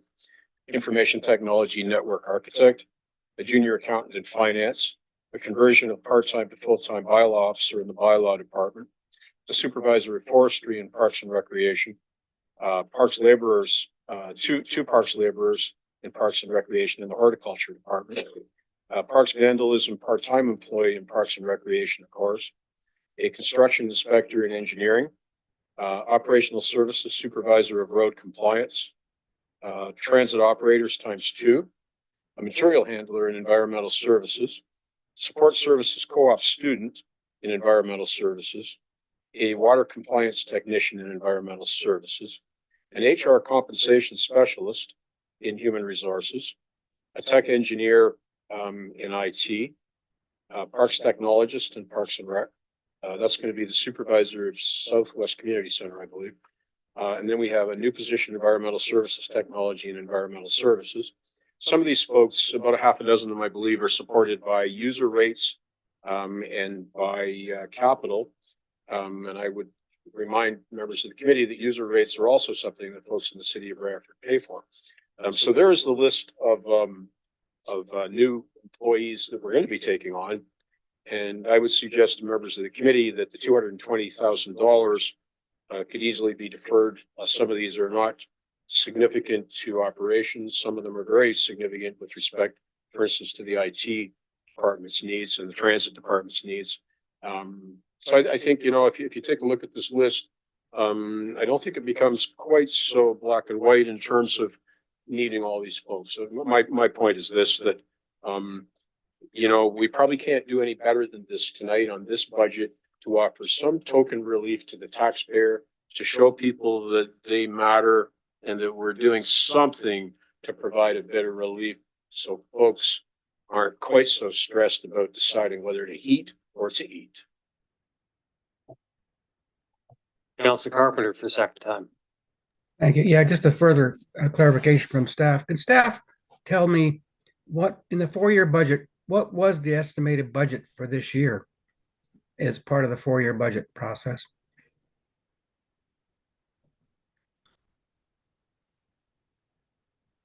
Through the chair, I can really only speak to what the city services portion of the budget, which is really what we're dealing with right now, would be what was forecasted for 2025 was a 3.82 percent increase for the city services component of this. So the report that we brought to the estimates committee back on December 2nd indicated that we did achieve that target of 3.82%. We also did include options for council to enhance transit, the transit network. Council approved those as well, which pushed that up to 4.36%. So that was all in the report. And then there's been further increases made through the budget. That's before you tonight. Okay, thank you, thank you, Joel. Appreciate it. Thank you, Mr. Chair. Councillor Van Tilburg. We went from how do we pay for the addition of snow plowing, trails, to token relief. And that money was supposed to be for the reduction of the plowing. So I agree. That's a token relief. And that's not going to make the difference whether someone's going to buy a jar of jam or not. Because what we'd be looking at for real relief is probably 2.5. That's the reality. We're not going to be there. Token relief's not going to get us there. And what we will get is we'll get somebody who you may think's not needed, but another area of the city might think is needed. So let's just take something like vandalism. Well, in our word, vandalism is a big thing, especially when you're downtown. Vandalism is a big thing in our parks. Vandalism's happening everywhere. In fact, the vandalism calls and the graffiti calls and all those calls, that costs us money. So it's been addressed. I'm sure every one of these items came here because it's been addressed. And if you wanted to seriously say that you think one of these people aren't needed, I guess there was the time to go and investigate what each and every one of them's going to do. And then say, we don't want that individual. Make it really clear now. I don't think it's going to make a lot of difference. I would like to see the $210,000 reduction, but when we're talking about the idea that it's a token, it is that it's a token. And I don't think that somebody who's going to see what this tax rate is this term is going to be any happier at 5.78 or 5.65 or 5.3. They're not gonna say, oh, that was awesome. If you thought about me. It would be tokenism and make us feel like we're doing something. But sometimes you gotta wonder what it is that you do and what difference it makes. So if there was some targeted known individual that you thought, well, we really don't need this. So be it, but it's not that clear, and you're saying to somebody, go pick out what you've already put in that you claim that we need. And I believe that. I don't think they would have been in there if they didn't believe that we need them. And go ahead and remove them at this time. So no, I won't be supporting this. Councillor Hunt for a second time. Thank you. And I just, for the viewing public, I think it's important for us to really look at the city services portion is a 4.55% increase. And then our local boards. So when we go out to the other agencies that we fund, that they're at 8.04, which is where we come up with the 5.74. So this proposed $210,000 would actually be coming out of city services. We're not going back to local boards and asking them to cut anything either. So I do think for the viewing public to understand that the city services is actually below what this budget increases is going to be, and that's at 4.55%. So it's the other drivers, which are our local boards, that at 8.04% comes out to the 5.74. Not seeing any further hands, I'll call the vote.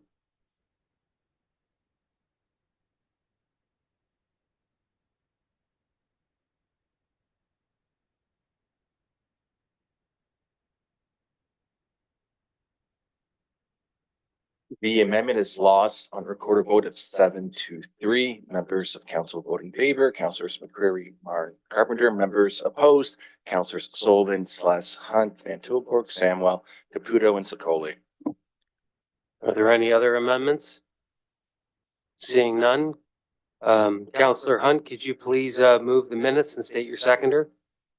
Just before I do that, I just had a comment. Sorry, we've actually got to vote on the whole motion as amended. Okay, and before we do that, this is not an amendment. This is I wanted to recognize the Wilfrid Laurier Students Union for coming forward. And I'm going to request that staff prepare a report to bring forward on the Rent Safe Brantford, because as a counselor that was not here in 2022, I think that recognizing the delegation is important, and also that we get that information brought forward to this council. Very well. Councillor McCreary. Mr. Chair, thank you very much. Speaking to the budget as amended a couple of times, I first want to point out the what seems to be a pretty significant increase to our transit system. I believe, if I'm correct, we average about 2.5 million rides. And there was a time when a ride on transit the balloon cost was about $7.50, of which the rider paid a small percentage. Now I think the cost per ride is somewhere in the vicinity of $5. So we have narrowed the gap considerably with respect to the amount paid by the taxpayer as opposed to what's paid by the rider. And I think even though it's a huge whopping number, an eye-popping number, in fact, I think it really is a significant investment. And my inclination is that as time goes on, as we improve the service, sorry, I shouldn't say the service, as we improve the accessibility for folks, the frequency of routes, the changes that are before us, we're going to come closer and closer and closer to a 50% contribution by the rider. So I think that's an investment, although, as I said, it's an eye-popping number and it has an impact on the budget. I think it's an investment that's going to bear fruit. And I think Mr. Spicer's done a more than creditable job in terms of dragging us into some future century in terms of how we offer transit service. And I look forward to his proposal for a subway or LRT, perhaps in the next 4-year budget. But I will say, first of all, that we've all had some comment about the process. The process, I believe the 4-year budget is a darn good process. That's why I supported it originally. It was an initiative from Mr. Hutchings when he was the CAO, and I think it has value. I think that coming forward, we really do need to revisit how we get into the details and how we're able to reduce the budget as a committee. We had, I think, if memory serves, I think we had about between 4 and 5 million in new assessment, either 24 or 25. We ate that up and we spent a little bit more. We started out, I think, at 7.5 points before we factored in the new assessment. Last year, we cost the average person another $18. No, sorry, 16 bucks a month last year, the average household. This year, it's going to be another $18. You add that together, and that's the price that a family of 4 might enjoy a day out once a month at McDonald's. Certainly, they wouldn't be able to go to a full service restaurant anymore. Or for those of us who are dog owners, my dog eats his way through more than that a month. Councillor Sless's dog, he might eat that in a year, I guess, because he only gets fed a tablespoon at breakfast and a tablespoon at dinner because he's just a little guy. But what we do here, we try to balance the needs of the corporation to provide the services and supports community needs, but we also have to look at the affordability of folks in our community. There's a lot of people not well off. Councillor Carpenter, when he's talking about the splash pads, sort of hit on that point, right? That we've lost that ability to root through things and make judgments based on, as the mayor said earlier, a balanced approach. So those are my comments. We need to revisit the process to some extent so that we can play a bigger role in terms of how we balance those two needs, taxpayer versus the corporation as a whole. Thank you. Mr. Chair. And I might add that, thanks to the new budget process, we don't vote on the budget. It is the mayor's budget, and tonight we only get to vote to receive it. And, I would be really interested to see if a member of council chose not to receive it and what the reasoning would be for that. Thank you. Councilor Carpenter. Thank you, Mr. Chair. Questions to staff about the budget here.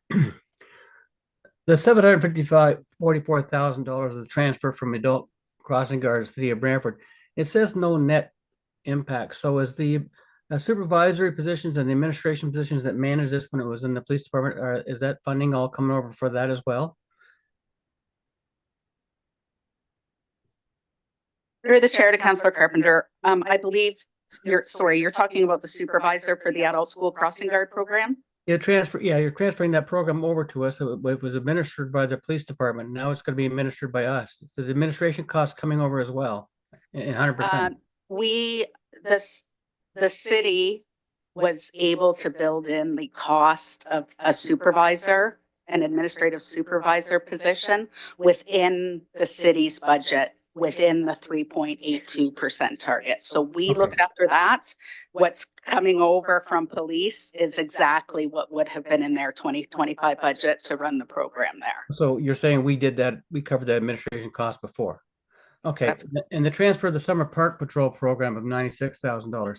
That was a program best managed by the police because it was a patrol program of supervising our trails and parks for violations, and they were in close contact with the police. How will that be working now?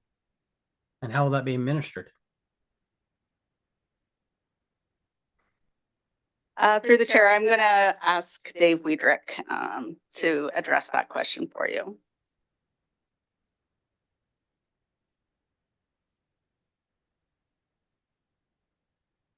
Through the chair.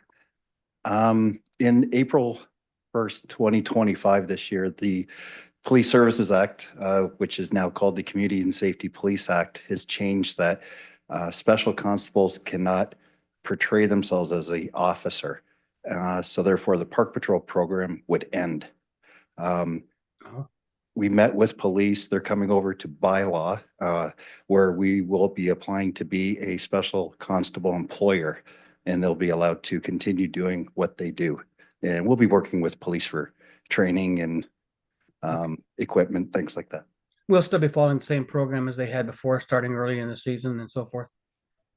Okay, thanks, Dave. Chair, that's correct. Appreciate that. And a final question to our CAO. How much is in this budget are we contributing to affordable housing?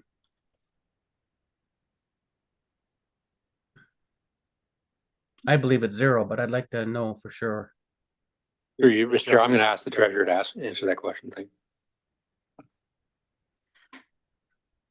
you. Yeah, through the chair, I'm going to need some time to answer that question. It's probably multiple business units that I'm going to have to consolidate together here. Now, are we contributing anything from the operating budget, any increase or any revenue in this operating budget towards more affordable housing or affordable housing in general? My understanding is affordable housing came from sale of properties and sale of things, not as an operational expense.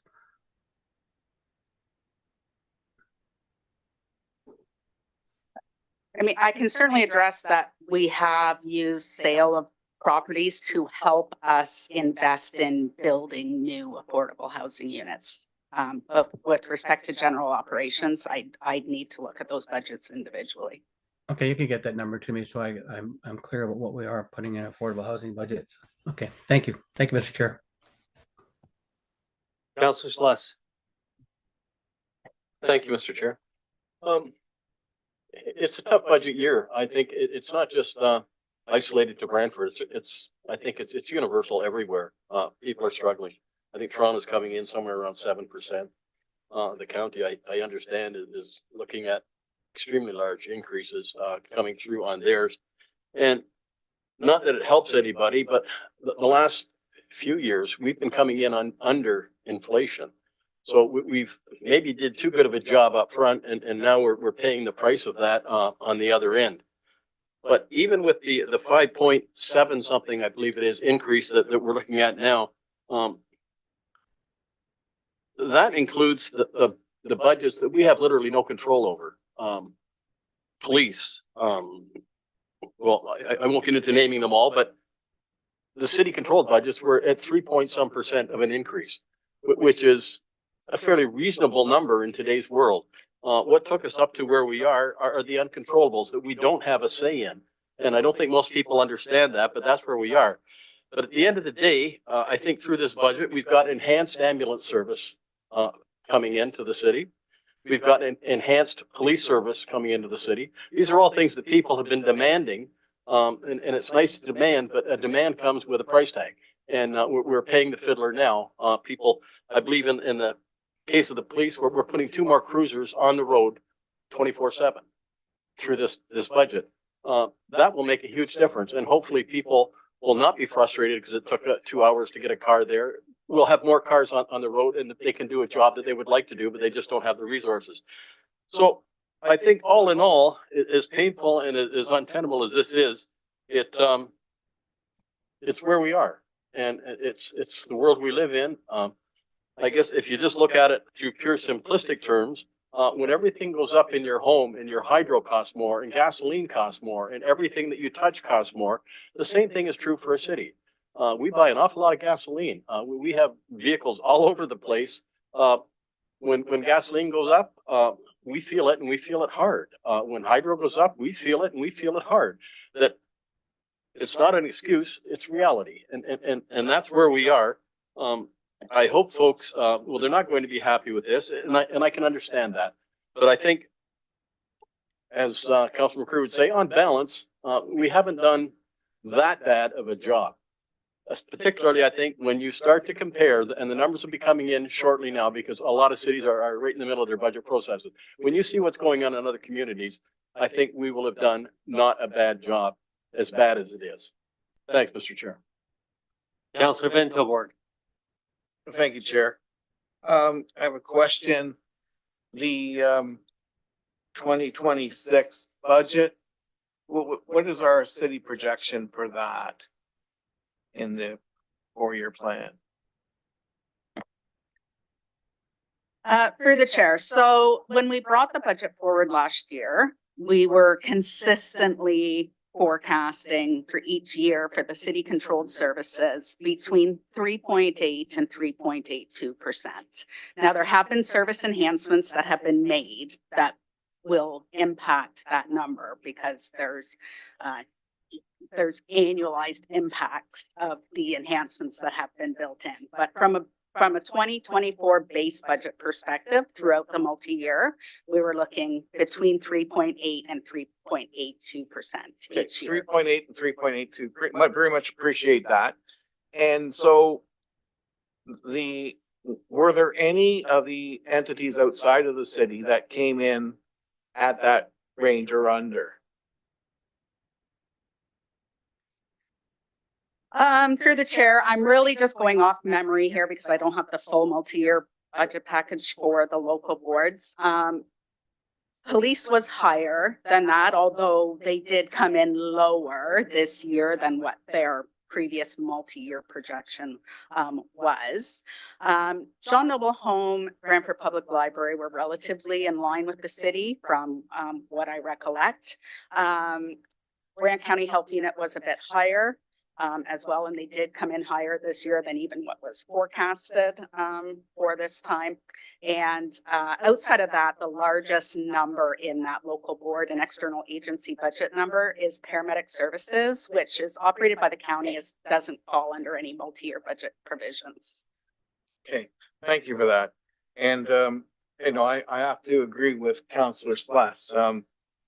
It's a budget that not a lot of people are going to be happy when they receive their tax bills.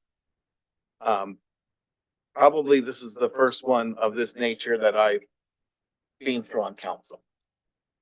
So in a term of a record, that's actually not that bad. The problem is that it's bad this year. And I don't want to see it as bad next year. And that is pretty much the conversation I'm having with a lot of people. Their concern is it's a heck of a jump, especially for how low we've been in the past. And what we're going up to today, because they've all been reading the newspaper.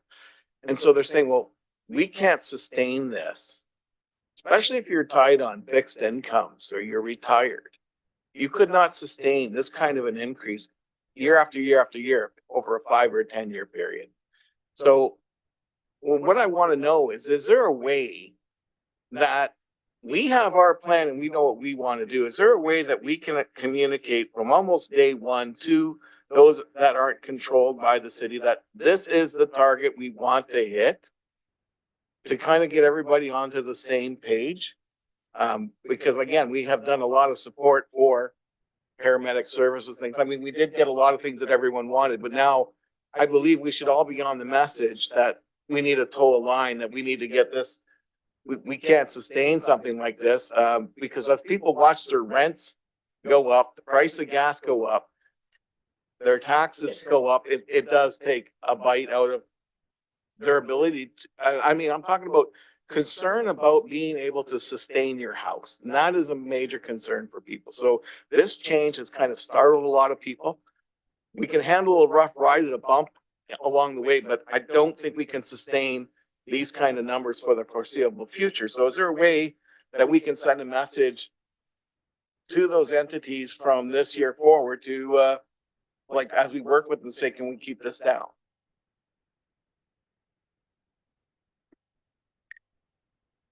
Through the chair, I mean, certainly if council desired, there could be a request made that a target, so to speak, sort of be established, but you would have to request really those boards. It would really just be a request to the boards. Ultimately, it's up to those boards. No, we can't to approve we their can budget. kind of tell them where we want to be, right? We can suggest such a thing. So very much appreciate that information. Councilor McCurry. Chair, thank you. One of the many examples of confusion in the community relates to how we speak about the average assessment. And folks just cannot get their heads around that, how our average assessment can be in the mid 200s when you can't buy a house in Brantford for under $400,000.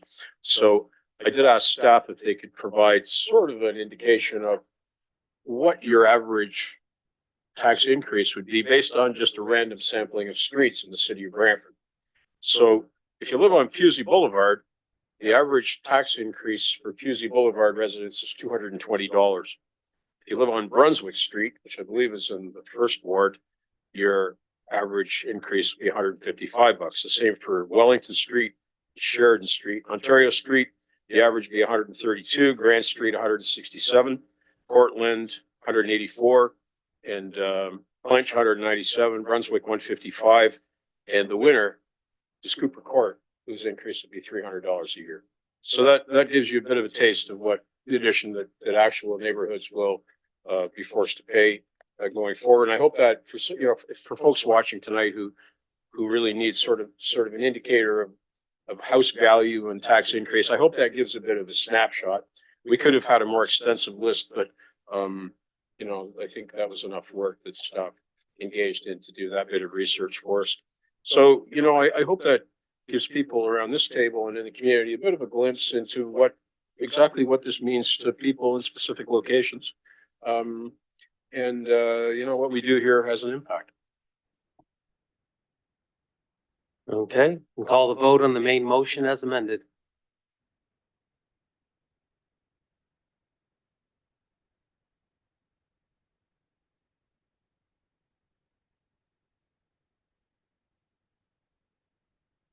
The main motion as amended carries on recorded vote of 9-1. Members of council vote in favor.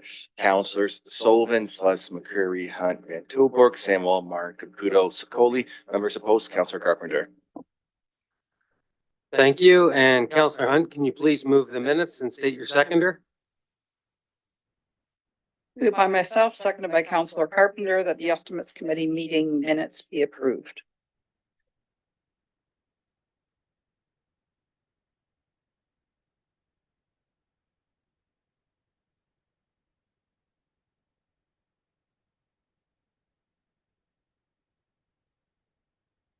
Is there any errors or omissions in it? Seeing none, call the vote.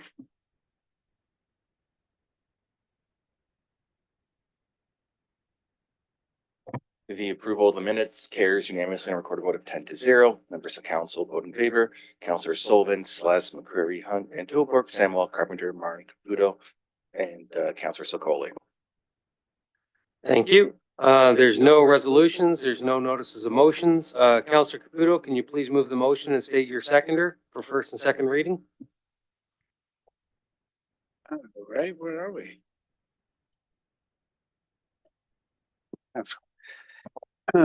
So moved by myself, seconded by Councillor Sluss, that leave be given to the mover and seconder to introduce the following bylaws for first and second reading. Bylaw preamble 1/2025, bylaw to confirm the proceedings of the council to the corporation of the city of Brantford with respect to the special city council meeting held on January 14th, 2025.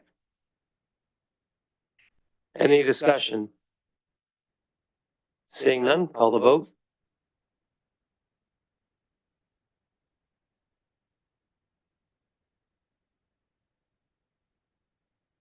The approval of the first and second reading of all bylaws carries a recorded vote of 9-1. Members voting in favor, Councillors Sullivan, Celeste, McCreary, Hunt, Van Tilburg, Samuel, Martin, Caputo, Sokoli. Members opposed, Councillor Carpenter. Thank you. And Councillor Sokoli, can you please read the resolution for the third and final reading?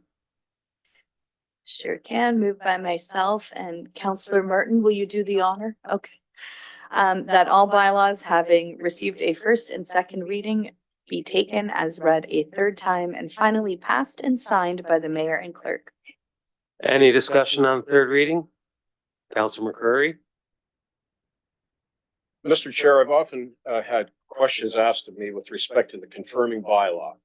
Now, I don't think people in the community understand exactly what that means. And that's all we're voting on tonight. Is that correct? That is correct. I wonder if we could ask staff if they could just give us a brief description of what the confirming bylaw is and what its impact is on the proceedings that we had tonight. Through the chair, under the Municipal Act, all decisions of council need to be made by bylaw. Because we pass resolutions at council, we pass a confirming bylaw that essentially ratifies the decisions of council tonight. So our primary decision tonight was a decision to accept a report. Is that correct? So we're simply confirming that we got a report. Thank you for that clarity. Much appreciated. Thank you. Call the vote, please.